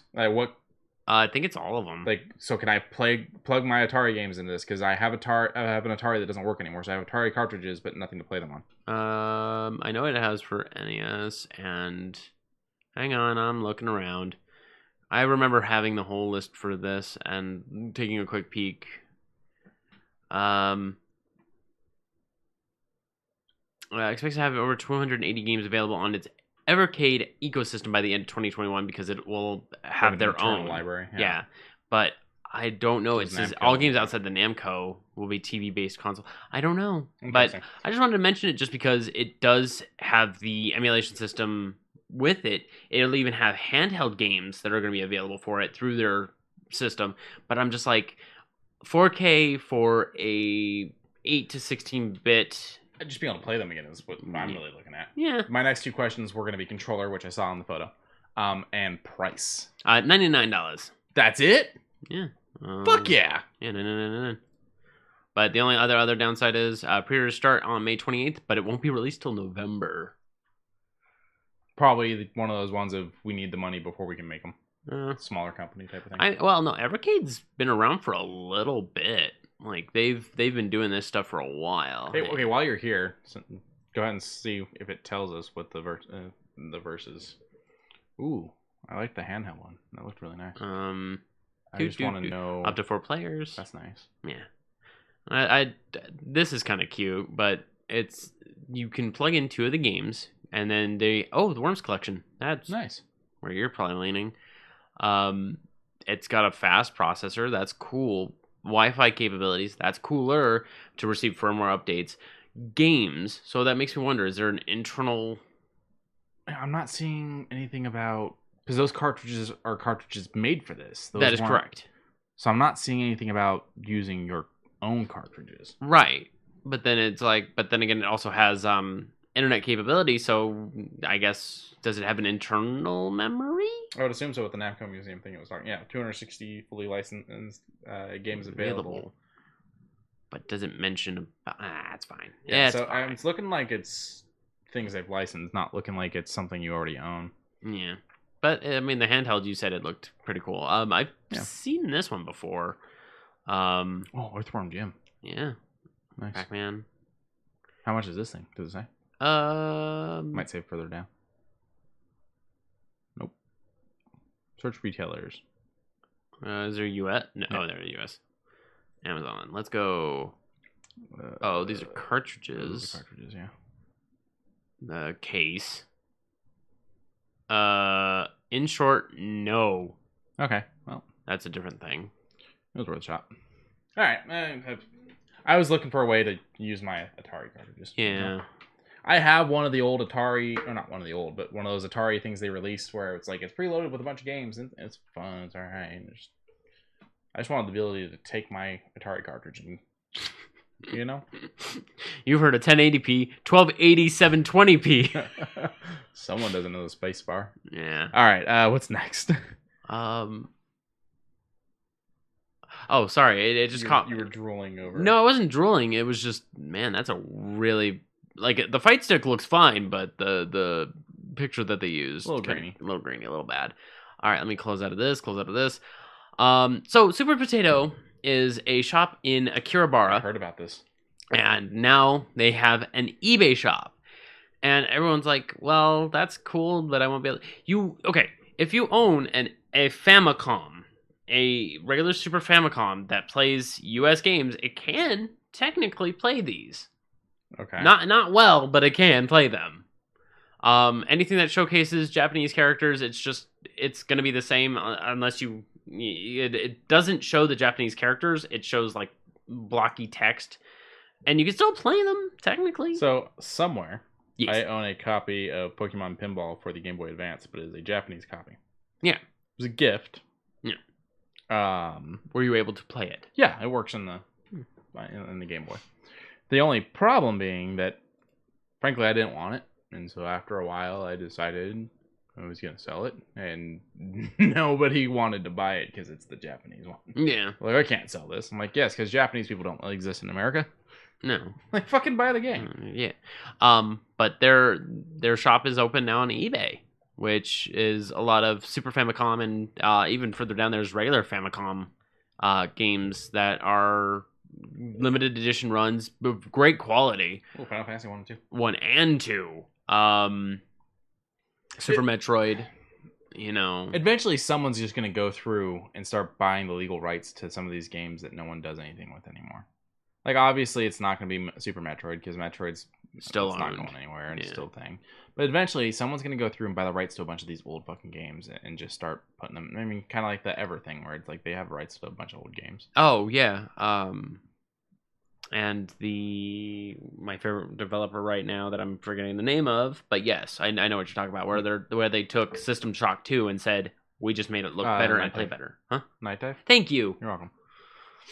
And because it's like the reality is people will buy and play Super Metroid. Like, make it available, Nintendo. Yeah, Just and stop being weird. And I mean, real talk, I want to go to, like, when I go to Japan and I go to the Akihabara district, I really want to visit one of these places and just drop $45 because over there you can get the carts, and I just want to have the carts just to have them. Like, I don't want to play them by any way, shape, or form, but like, I just want to. I just want the boxes or the games themselves. If I ever go to Japan, they still have Tower Records, don't they? They do. Yeah. Because Tower Records officially stopped being a thing in 2006 out here, but there's supposed to still be one in Japan. I actually watched a really interesting documentary on it. Really? Yeah. Go and check it out if you ever get a chance. But wow. Yeah. Out of here, stalker. But yeah, they've still got the full blown website. And it's a tower, just like they were out here, and the music and stuff is not just Japanese; it's everything. What was that? The new Gorillas. Oh no, it's not the new Gorillas. It's Demon Days. It's the reprint. That's out of stock. Yes, I know.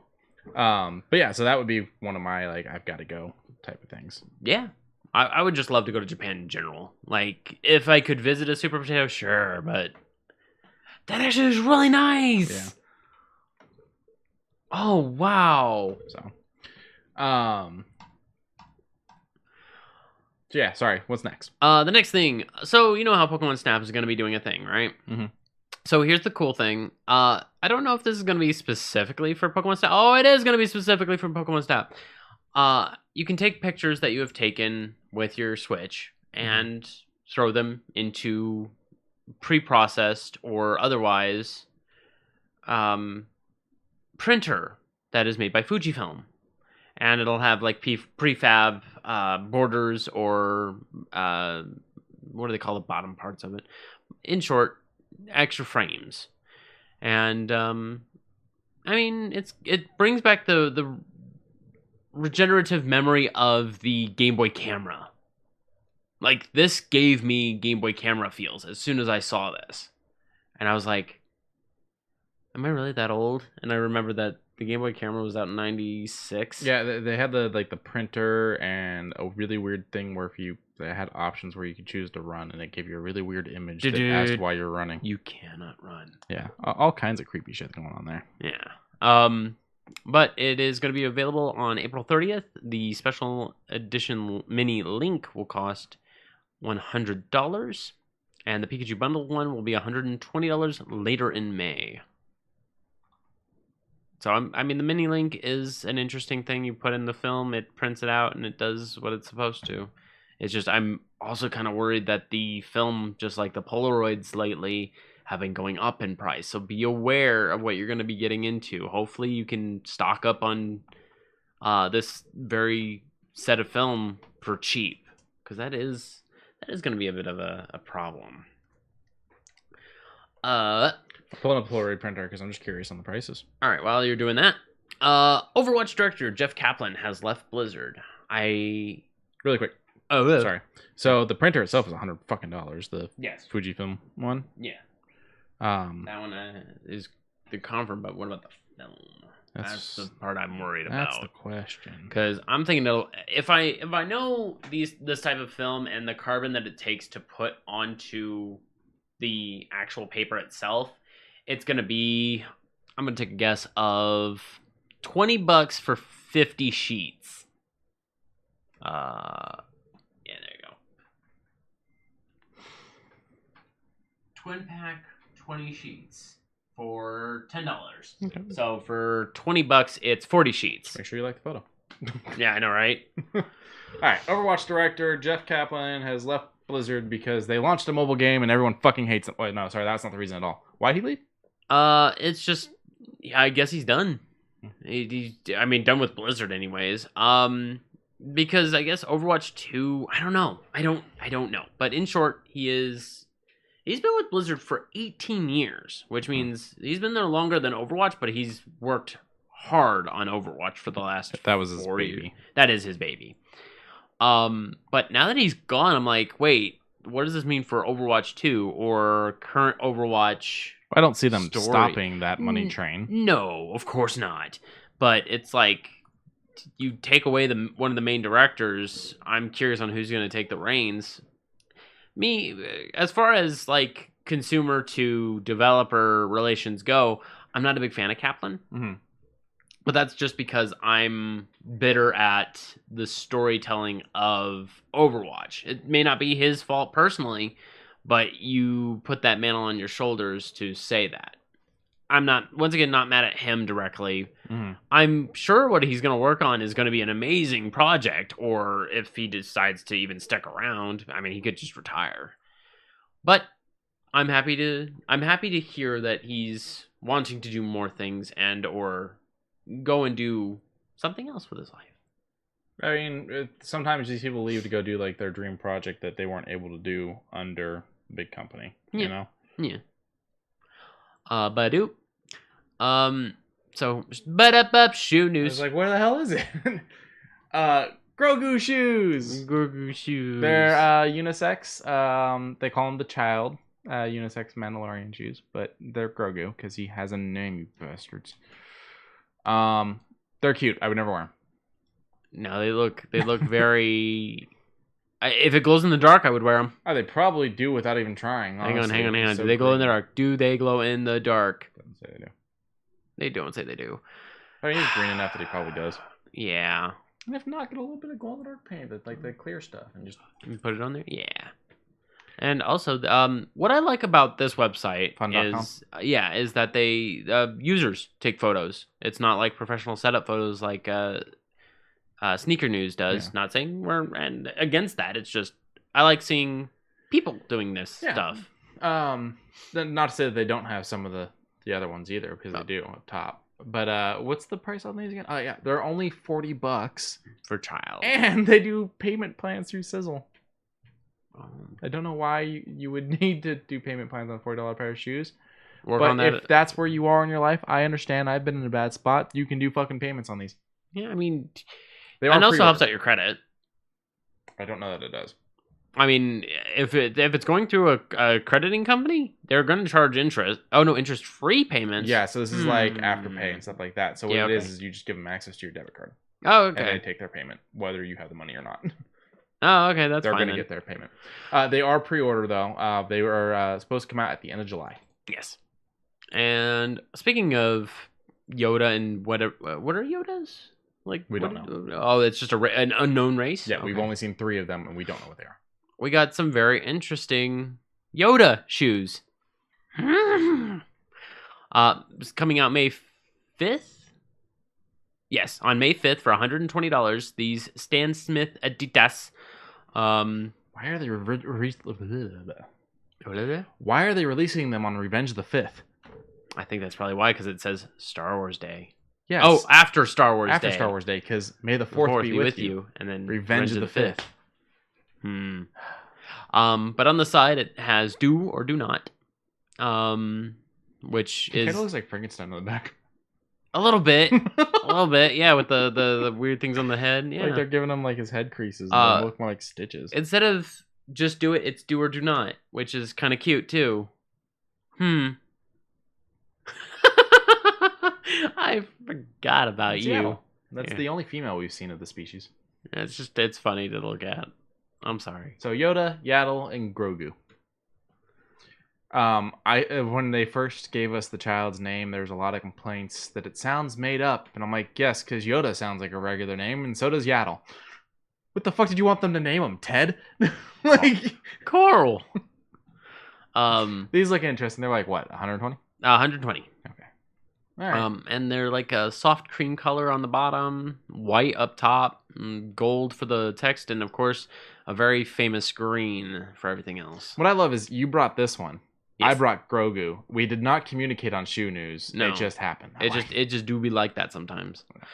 A couple more. A couple interesting ones. Brushstroke, which kind of gives me a Street Fighter 4 vibe with the with a swoosh, but the paint just makes me think of Funfetti. A little bit. It just looks like it would taste terrible. I hate Funfetti. I am not a big fan of Funfetti either. Like, I'll eat it if it's there, but I would prefer not to. I'd rather it just not be there. Yeah, it's way too sweet. But these are white and what is that? Like a tan? Khaki? A khaki? Okay, khaki. Yeah, khaki color with yellow, red, and blue paint splashes, and then the black swoosh that kind of gives off a Street Fighter 4 vibe. Yeah, it's a paint swoosh, kind of Japanese artistic writing almost. Yeah. And was there a price? I didn't see a price. I don't think so. Nope, it's just upcoming 2021. So pay attention to that one. And then the last one, I love the look of these. I'm a huge fan of cherry blossoms. Another one of the things I would love to see in Japan, but I know getting out there during cherry blossom season is a fucking mess. Did you ever play Marvel Ultimate Alliance 2? Yes. So the part where when you meet Deadpool and he's pissed off because he came to see the cherry blossoms blossom in Washington, D.C. And so he decides to boss battle you because he blames you for them getting fucked up. Huh. No, I don't remember that. But that whole thing's great because it starts with him taking out one of the bad guys. He's like, "You vaguely foreign freaks," and then he goes over and like there's a shield agent like, "Oh, thanks," because he took out the guy that was shooting him. And he goes, "You dumb as hell shield clones," and he punches the guy. He's like, "You, I saw what you did to that cherry blossom tree," and then bamps to being staring right in the camera and grabbing a hold of the camera and pointing at you and going, "And you think it makes me less of a man because I came for the cherry blossoms? You're laughing at me. I can see it in your eyes." And demands a boss battle. Okay. Yeah. That is what Deadpool do. So he'd probably love these shoes. Although he wears Crocs in the movie, which is... Yeah, he wears Crocs or I think he does the whole socks with the toe thong sandals. Oh. Yeah, he is one of those types. But these are a stellar array of very interesting, like, semi-pastel. I don't know what to really call these colors. They are very cool colors, between a soft pink to a navy blue and everything in between, with the swoosh being cherry blossoms. I'm color deficient. This all just looks light to me. Ah. I mean, I can tell that there's like different shades of colors there. I just would be really bad at naming them. Gotcha. And they are called the Sakuras. They are the Nike LeBron 18s low. They come out the 23rd. They came out a couple days ago for $170. Little pricey, but they are Nikes. But you'd be going and wearing them and styling during cherry blossom season. You know, right? Either in DC or Japan. All right. They look really good. I like those. Those are so nice. It's decent shoe news. Mm-hmm. Now, I'm gonna watch this trailer in complete and utter silence while you talk to people about this. All right, so Shang-Chi and the Legend of the Ten Rings. We are finally getting Shang-Chi. I am excited about this. The actor's excited about this. This is all looking great. They dropped the trailer on his birthday, which was just an awesome fucking thing to do. I cannot wait to see this movie. The Ten Rings has been like speckled and rumored and talked about since Iron Man. The Ten Rings was part of the terrorist group in Iron Man. We have seen ten ring people in, I think, one of the Ant-Man movies. Like, there's been references all throughout it. And then in Iron Man 3, we meet the Mandarin and the Ten Rings. And that whole thing ends up turning out to be complete bullshit. And then we get the Marvel one-shot, or the mini-shot, or whatever you want to call them, where they these like little minis, but before the movies a couple times. And one of them is a Ten Ring agent killing the prison guards so that the actual Mandarin can come in and talk to the actor that played the Mandarin. So we're finally going to get the real Ten Rings and start seeing some of that. And I'm pretty excited. This all looks really well done. The effects are great. It's, Marvel doing what Marvel does. I can't wait. I definitely want you to watch the trailer with sound when you get a chance. Okay. It's going to be some fun kung fu. I'm always here for some fun kung fu. And people with blade arms. Oh. Yeah. There's some really cool stuff in this trailer. And this looks like it's going to be a long movie. Yeah, I'm not sure what the runtime is, but let's see what the average runtime for a Marvel movie is. Between Winter Soldier and Endgame, you're hitting. The average runtime sits around 2 hours, 2 hours and 16 minutes. Spider-Man was Homecoming was 2 hours 13. Ragnarok was 2:10. Black Panther was 2:14. Infinity War was 2:29. Ant-Man and Wasp was actually under 2 hours, at an hour 58. That scene looks like it's gonna be some fun. So yeah, 9/3/2021. Yeah, the bus. Yeah, I just hate that they finished the whole thing right there. Oh. But I think it's gonna be fun. And I'm gearing up for another run of being at the theaters to watch Marvel movies as they come out. It's been a while since I've done it, and it's been a while since I've been interested enough to do it. Now, I'm not going to tell you which one to go check out, but there are plenty of people breaking down every Easter egg in this trailer, and you might want to go do that if you're a Marvel nerd like I am. Okay. I will leave this up so that way I can see it. Ba-doop. So, we'll wait until next week to spoil it, even though we're also going to be spoiling Mortal Kombat. But next week, we're going to talk about the entire run of the Falcon and the Winter Soldier. It's so good. It is. And that last episode was amazing. And that last episode set up for so much. Like, when we were going into it, Sox and I watched them all together. Mm-hmm. And we were going into it going, it's just something to fill the time. And the first two episodes, we were kind of into it. Mm-hmm. But without going into too much, we were there for the last episode. We were invested. So the funny thing is, Lauren was like iffy about WandaVision. She thought the whole thing was gonna be a joke, and then it ended up being really good. And she really got into it. I'm sitting there jonesing for that one the whole time. I'm jonesing for this one the whole time. This one she was jonesing for too. Like, we were both into this before it was even a thing. Mm-hmm. But now the next one's Loki, which has been pushed back to June. Yeah. And I'm not dying to see Loki. Yeah. June 11th. It did. Damn. I'm not dying to see Loki. But she is. I'm gonna watch it either way, whether I was, Yeah. Oh, I'm just super curious to know because he looks powerless in the trailer. So I'm like, okay. There's a lot of weird shit going on in the trailer. He's DB Cooper at one point, and he yells for Thor and Heimdall, and then the fucking lights come down to pick him up. It's he's. What's going on there? Is he good? Is he bad? Is he vindicated? Is he a good person? Like, There's a lot of craziness going on. So I want to know. But if you're jonesing for Marvel before then, make sure to check out the MODOK comedy animated toy thing. Stop motion. Yeah, it's like stop motion. The MODOK show that's going to be on Hulu. With Patton Oswalt as MODOK. And he fits well. And a complete and total comic book nerd that made the show. Follow him on Twitter and everything. Like, he's one of those guys that's got figures and everything. So. But back to Falcon and Winter Soldier real quick. Okay.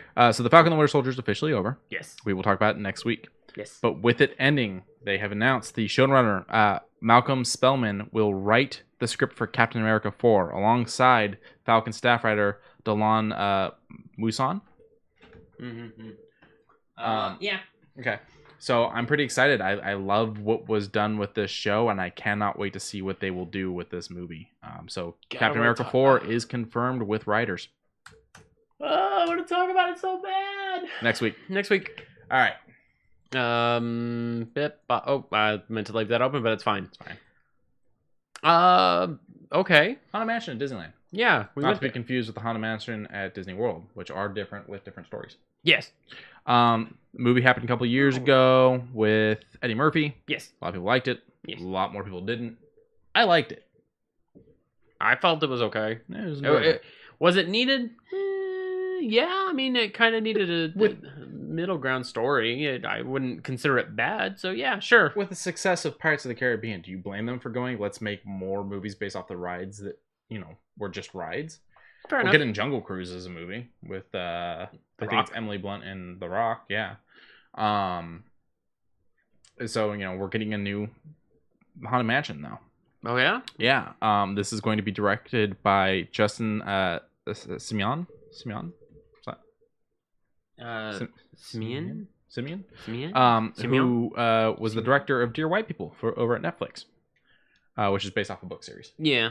So, and I'm still not mad that the movie was made. I just don't like the feedback on both sides, but that's another story. The book's amazing. I've never actually read it. Yeah, I've also heard that. So it's one of those ones I'll probably sit down and eventually read. Yeah, it's the whole back and forth that I didn't like. Gotcha.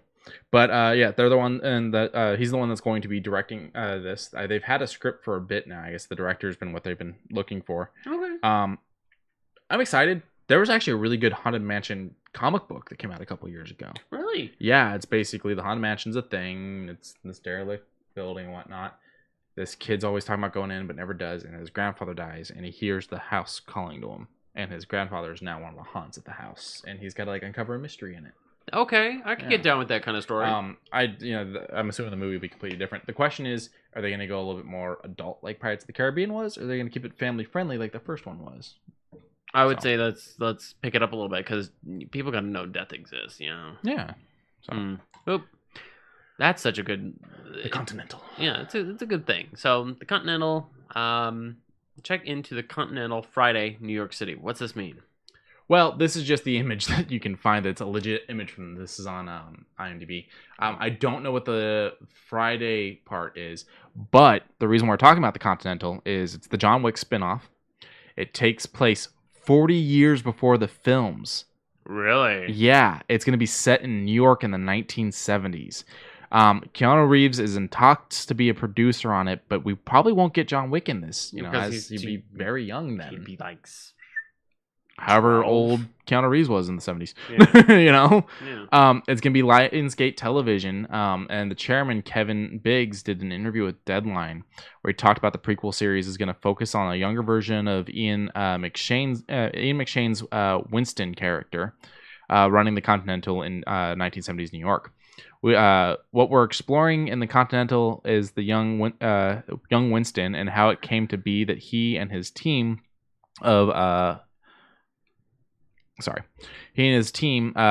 their way into this hotel, which we have met for the first time in the movie franchise 40 years later.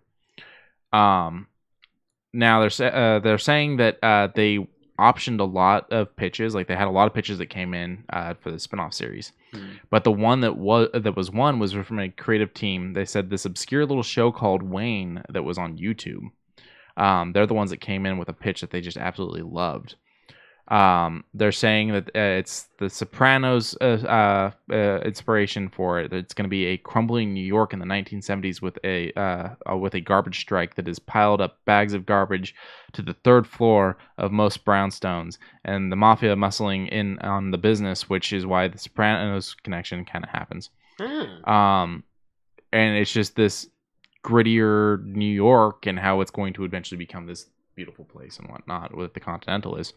So they are saying it's pre-John Wick, and they're even saying pre-young John Wick. So I don't think we're going to get any John Wick reference until maybe the end of the series. Like when they finally decide it's done, maybe. Welcome to the Continental. What's your name? Yeah. John Wick. They say it will not be finding his way into it. However, he is in talks to executive produce. We are in the John Wick universe, but it's way back in time. Think about the Game of Thrones prequels before you know any of the players, but you do know the world. But Keanu and Chad have read every draft and have been enthusiastic supporters of expanding the universe in a meaningful way. So I never rule out anything. But at this point, he's pretty busy making his movies, which are very important to us. So they're not even like dying to try to like get Keanu to show up for the show. So, but they're keeping him included, and considering without Keanu, you don't have John Wick. I like that. Yeah, keep everyone who works on the project close. If they don't want to work on it anymore, that makes sense. That's fine. But if they want to work on it more, let them work on it more. Yeah, if they want to be involved, let them be involved. Yeah. Boop. Thomas Kretschmann. So I've seen him in a lot of stuff. He's Baron von Strucker in Avengers: Age of Ultron. We also see him show up in a cutscene at the end of one of the movies. So that's one of his bigger known things. He's also Captain Englehorn in Peter Jackson's King Kong, and he's also the Vampire Lord Damaskinos. Yeah, that, and Blade 2. He is a German actor, I do believe. And so one of the things he's known for over there would be playing the German captain William Hansfeld in World War II drama The Pianist. Oh, okay. I mean, The Pianist is worldwide, but you know, yeah, it's got its connections back there. Okay, I mean, he is very multifaceted. Yeah, good actor. He's also apparently in Resident Evil Apocalypse. I didn't watch it, so what's nothing to him, you know. What's that one? The number 4? 8 billion. Oh, it can't be 4. Oh wait, this might be number 2. Really? No, it can't be. Yeah. Number... Oh wait, Alice Wakes Up in Iraq. Okay, so it's number 2. So I did see this one. Yeah. Wait. Oh yeah, now must pick it out of the city for a nuclear bomb. Yeah. Okay, so yeah, I did see this one. Well, the reason why we're talking about him is he is the next person that has joined the cast of Indiana Jones 5. Still don't know who he's playing. Nope. But we have Mads, and it's like we have Mads, and we have Mads, we have Thomas. Both of them would make a great bad guy. Are either one of them going to be? Are they brothers? Are they brothers? Are they both bad guys? Are they both good guys? Is one a bad guy? The other's a good guy? What the fuck is this? This is great. Amazing acting, lining up for this movie. You know, this is the 4th confirmed actor, because of course the first confirmed actor was Harrison Ford, but this is the 3rd one we've talked about on here now. Yes.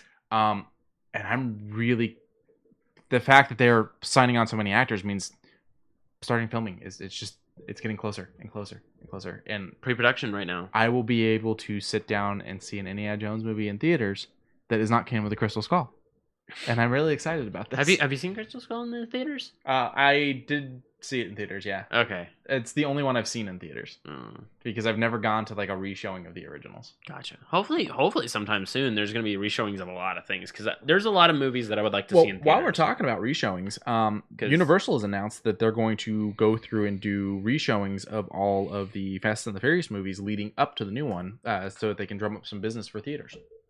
They're going to put them all in parts. Like, you know, we're going to do 1 and 2 right now, or 3 and 4, or something like that. Like, they're going to do... I would like to see Tokyo Drift in theaters. That's my favorite one. Yeah, I really like Tokyo Drift. But they're going to be putting those in theaters as a lead up to when the new one comes out. Mm-hmm. And it's going to draw up some business for theaters, which would be nice. I mean, I would also like to see Kong Skull Island in theaters. In theaters, that would be a good one. I feel like it'd be a really good one. Regal's currently doing a thing for like $100 you can rent out a theater and pick from a list of movies. I don't know if it's on that list, but they have like a list of movies you can pick from and invite up to like 20 of your friends or something like that. Yeah. And you get the theater to yourself. Nice. It's not too expensive either. $100. You get everyone to pitch in. Yeah. $100. That's not bad. It's like $5 a person. Yeah. If you do 20. If you do the full 20, yeah. 20 people. Yeah, that's not that many. There's certain movies I think they said cost a little bit more, like 120 or something like that, because of what the studio. Okay, then $6 a person. Yeah, okay, but whatever it is. I wonder if you know how they live in Tokyo. Chat's talking about how the whole theater's singing that. That song did really stand out from that movie. It did. So I was actually like in the back of my head, kind of going with it, but I was like, can't exactly do that. The soundtrack for a couple of those movies were actually really good. Yeah. Oh, the first one had a pretty stellar soundtrack, if I recall. Yeah. You know, the funny thing is, I think Too Fast, Too Furious is the only one I own on DVD. Really? Yeah, my brother bought the I was about collection, to so I say- never had to buy them. I was about to say, doesn't Alex have all of them? My brother has the entire collection. In fact, he realized he didn't own all of them, and when I was getting Lauren to watch them, he went, "I bought the collection. It'll be here on Thursday," or something like that. I'm like, "Really? Really?" So, Ah. all right. James Gunn's been tweeting things. So he says this is wrapping production and first draft 4/22/2021. It is the Guardians of the Galaxy holiday special. That is going to be canon. Who's it written by? James Long Elf Gunn. I'm here for it. I just don't know what the premise is because it's a. I think it's gonna be a fun little Groot thing. I think it's gonna be a Groot thing as well as Peter hasn't had a good Christmas because he's like, man, I remember when Christmas used to be good and fun and wholesome and just kind of like mope around, and then you've got Drax and Rocket both making fun of him, and then what's her name? Not around. Huh. Oh. But you've missed something. Did I? We said it's gonna be a Groot thing, then it hit me. He's gonna be the tree. Dollars to donuts, they decorate Groot. Wait. Shit. Fuck. Yeah, that whole thing got fucked up by the Guardians are in a weird spot. But yeah, this will be canon. You got Thor now. Fuck! Well, he did. So when asked if Guardians 4 was going to be the Asgardians of the universe, Gunn said no. This is going to be canon. Fucking no. We have an Marvel. in chat. But he did say that this is going to take place after Thor: Love and Thunder, but before Guardians 4. So it's be interesting. I'm also surprised they got him to do another Guardians thing. I'm messing up my hair. It was. I don't know what they're gonna do with this because Santa you have one of your major people not there, and then you have Thor already out there, but it's not gonna be. I don't know if Thor's even going to be involved in the holiday special because, like I said, it's after Love and Thunder. After Love and Thunder, so is it gonna be? Is it gonna be he's out there doing whatever he's gonna be doing separate from the Guardians? Is it gonna be the Guardians help him out with whatever he's doing, but then he's like, I gotta go bye. While we're talking about Love and Thunder, Russell Crowe's in it. Yes, and he's confirmed to be Zeus. That's cool. I'm actually super cool about that. Which means they're bringing in the other gods. Hercules was always a little boring for me to read, but still, that's interesting. You showed me a cover of one. I was like, this looks weird. Yeah, a lot of talking. Not a lot of Hercules doing Hercules things. I mean, when he throws down, he throws down. Yeah, but I mean, to be fair, one of my favorite Punisher comics is mostly talking. So when I read Secret Invasion, I was buying all the spin-offs at the time. It got to the point that I had to stop. It was too fucking much. Like all the tie-ins with all the different, and one of the first ones I cut was Hercules because like the whole first issue of Hercules during the Secret Invasion is him sitting there discussing whether or not him and the other gods that are part of his group should get involved. Yeah, or even helping. And I'm like, I don't need an entire comic book about them debating their involvement fighting the Skrulls. It should have been 3 panels of him going, we've been talking about it for a while. You might need to pass us by. But see, yes, comic book nerd moment time. Yeah, like my favorite Punisher comic for those who haven't heard before is Punisher Max Girls in White Dresses. The entire trade is amazing. It is dark, it is gritty, it hits on very, very touchy subjects about human trafficking in Mexico and how Frank literally says, that's your fight. It is not in the US. Doesn't involve me. If I get involved, I'm already in more trouble than it's worth. You guys deal with it. And then he's like, but I don't have much of a choice. I have no one to turn to. Help me, please. You know, my daughter's a part of this. And of course, using that little bit of a guilt trip kind of pulls at the heartstrings of Frank and goes, what if it was your daughter? You know, what if it was Maria? What if it was anyone that I've ever known and loved? Fine, I'll do it. what added on that little bit of Fine, I'll do it was a whisper of Jigsaw in the back, and then there's an actual internal conflict when he gets down there. I'm not going to spoil that because it is a really good comic. I recommend it very highly. I'm actually going to see how much it is on Amazon right now. What's the one with where the FBI has Micro and they're talking about how Frank's going to come for him? FBI has Micro? Yeah. There's a couple. Okay, never mind. The reason I was asking is because like there was a lot of like them kind of repeating themselves in that one, and I got like just fucking get to the point of this comic. I think that might be just a word journal. It might be.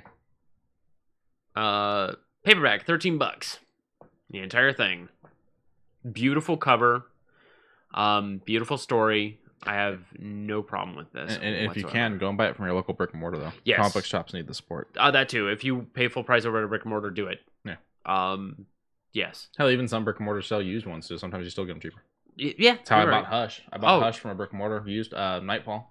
Yeah. My other fascination, the Goon. I literally bought it from the convention from a brick and mortar that was at that convention. They were like, it has a little bit of a bend up on the top corner. They sold it $4 off. I said, I'll pay full price. One place I won't buy them from, and I hate to say this because I want to support bookstores, but I will not buy. Oh well, yeah, fuck that place. But no, I will not buy my trades from Barnes and Noble anymore. Because they take the sticky security tabs and put them in the center of the books, and they're stuck to your page. That's right. And it's like, I can't. I get you don't want the book stolen, but you stuck it in the center of the book. You ruined the page. You've ruined my book. Yeah. Well, while I'm on the subject, might as well just quickly go through it. 6 Hours to Kill, very good story, very fucking fantastic. It is Crank, but done. I was better. just about to say like Crank, but better. Yeah, it is Crank, but better. Well, Crank 1, but better.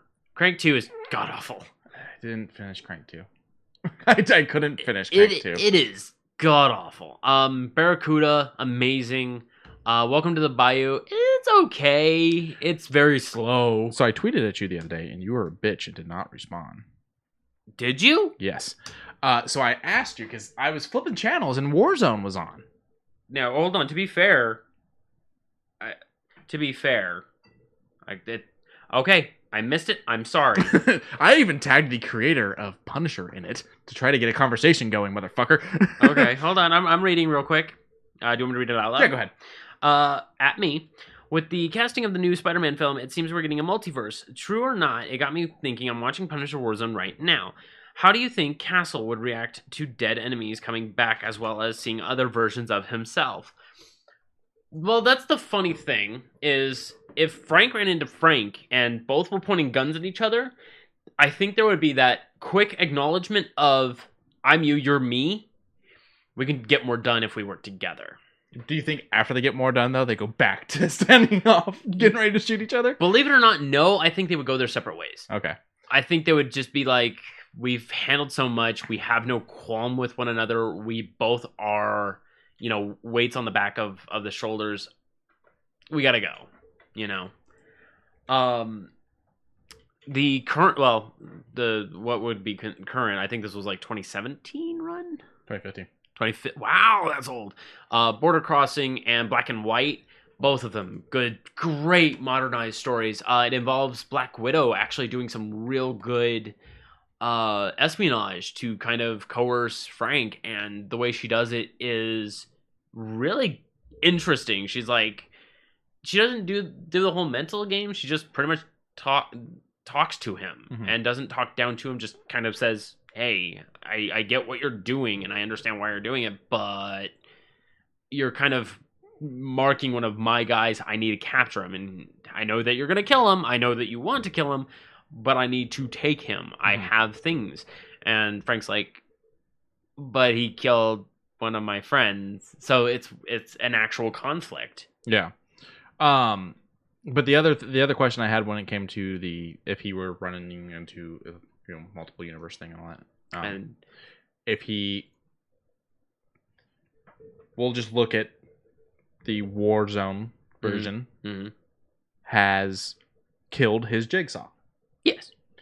If he ends up in say he ends up in the Warzone universe with that messed up Jigsaw. Or no, I'm saying, say the Warzone Punisher somehow falls into second Punisher actor, not Dolph Lundgren, Thomas Jane. Thomas Jane's universe, and say Thomas Jane's universe officially has a Jigsaw, A new Jigsaw. how do you think Frank would react to seeing someone he killed being alive again? I think it'd be that whole thing of going to visit the person in the hospital, walking in, going right up to their room, taking out the gun, one shot, put away the gun, walk down the stairs. Well, I'm not saying like he's hospitalized or anything. Or no, better no, yet, I'm saying it'd be similar to that, where I know where the person is, I'm gonna just go and do it.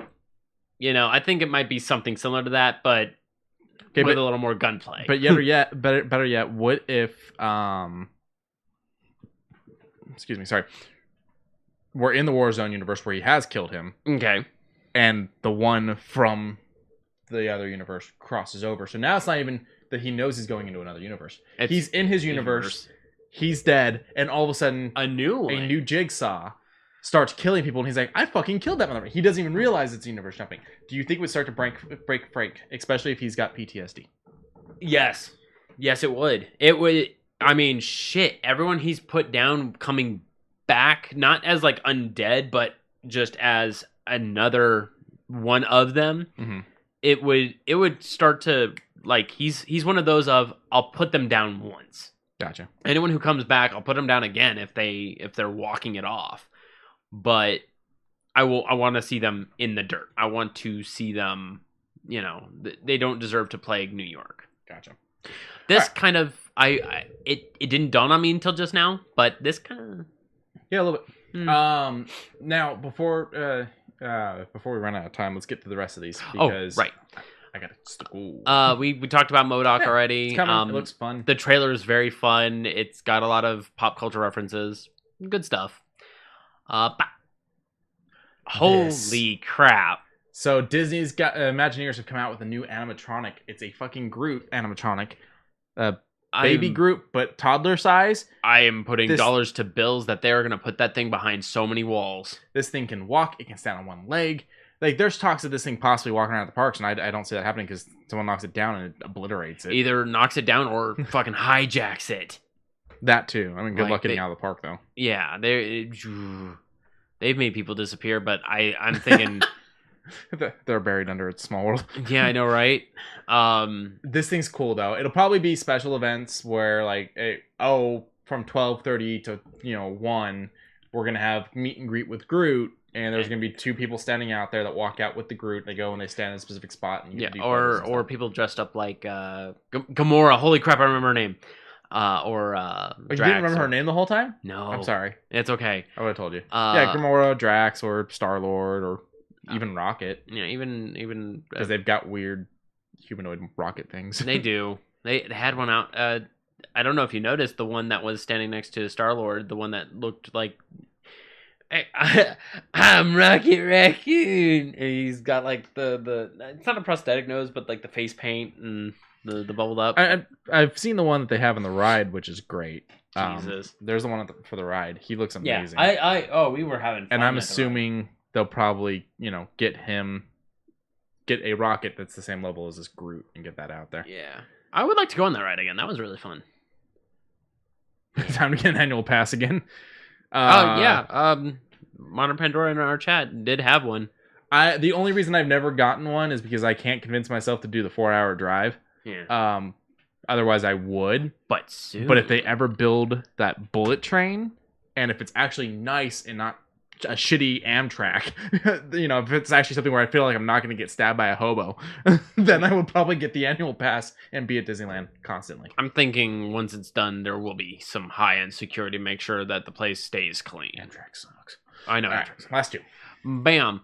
Lego's new $200 R2-D2 set. It looks so nice, and if it doesn't have Bluetooth capabilities, I don't. No, this one doesn't move. Yeah, this isn't the moving one. Okay, which is why he's only $200. Okay. Then I'm okay, I guess. Going to both parks. I like California Adventure as well. I would do the park hopper. So that's the first one. And then this is the new one. Yeah. I like the new one. I like the new one. I mean, I like the original. Okay. They're both Do you know what that orange thing is? Tubes? No. This right here that I can't. Oh, the tool to remove things? Yes. Yeah. Okay. A lot of people didn't know what the fuck that was for, and I'm like, I got a couple of those. Yeah, they're meant for pulling off parts from like their own self pieces, so that we're not sitting there trying to. That was an amazing typo in the chat. Oh. That is an amazing That is typo. an amazing typo in the chat. But I mean, it's $179.99. That's not too bad. I'm okay with it. Like, I have no problem with it. Last one. So over at Marvel in Japan by Viz Media, it's going to be a manga called Marvel Meow, which follows a cat that is going to be following other in the Marvel universe.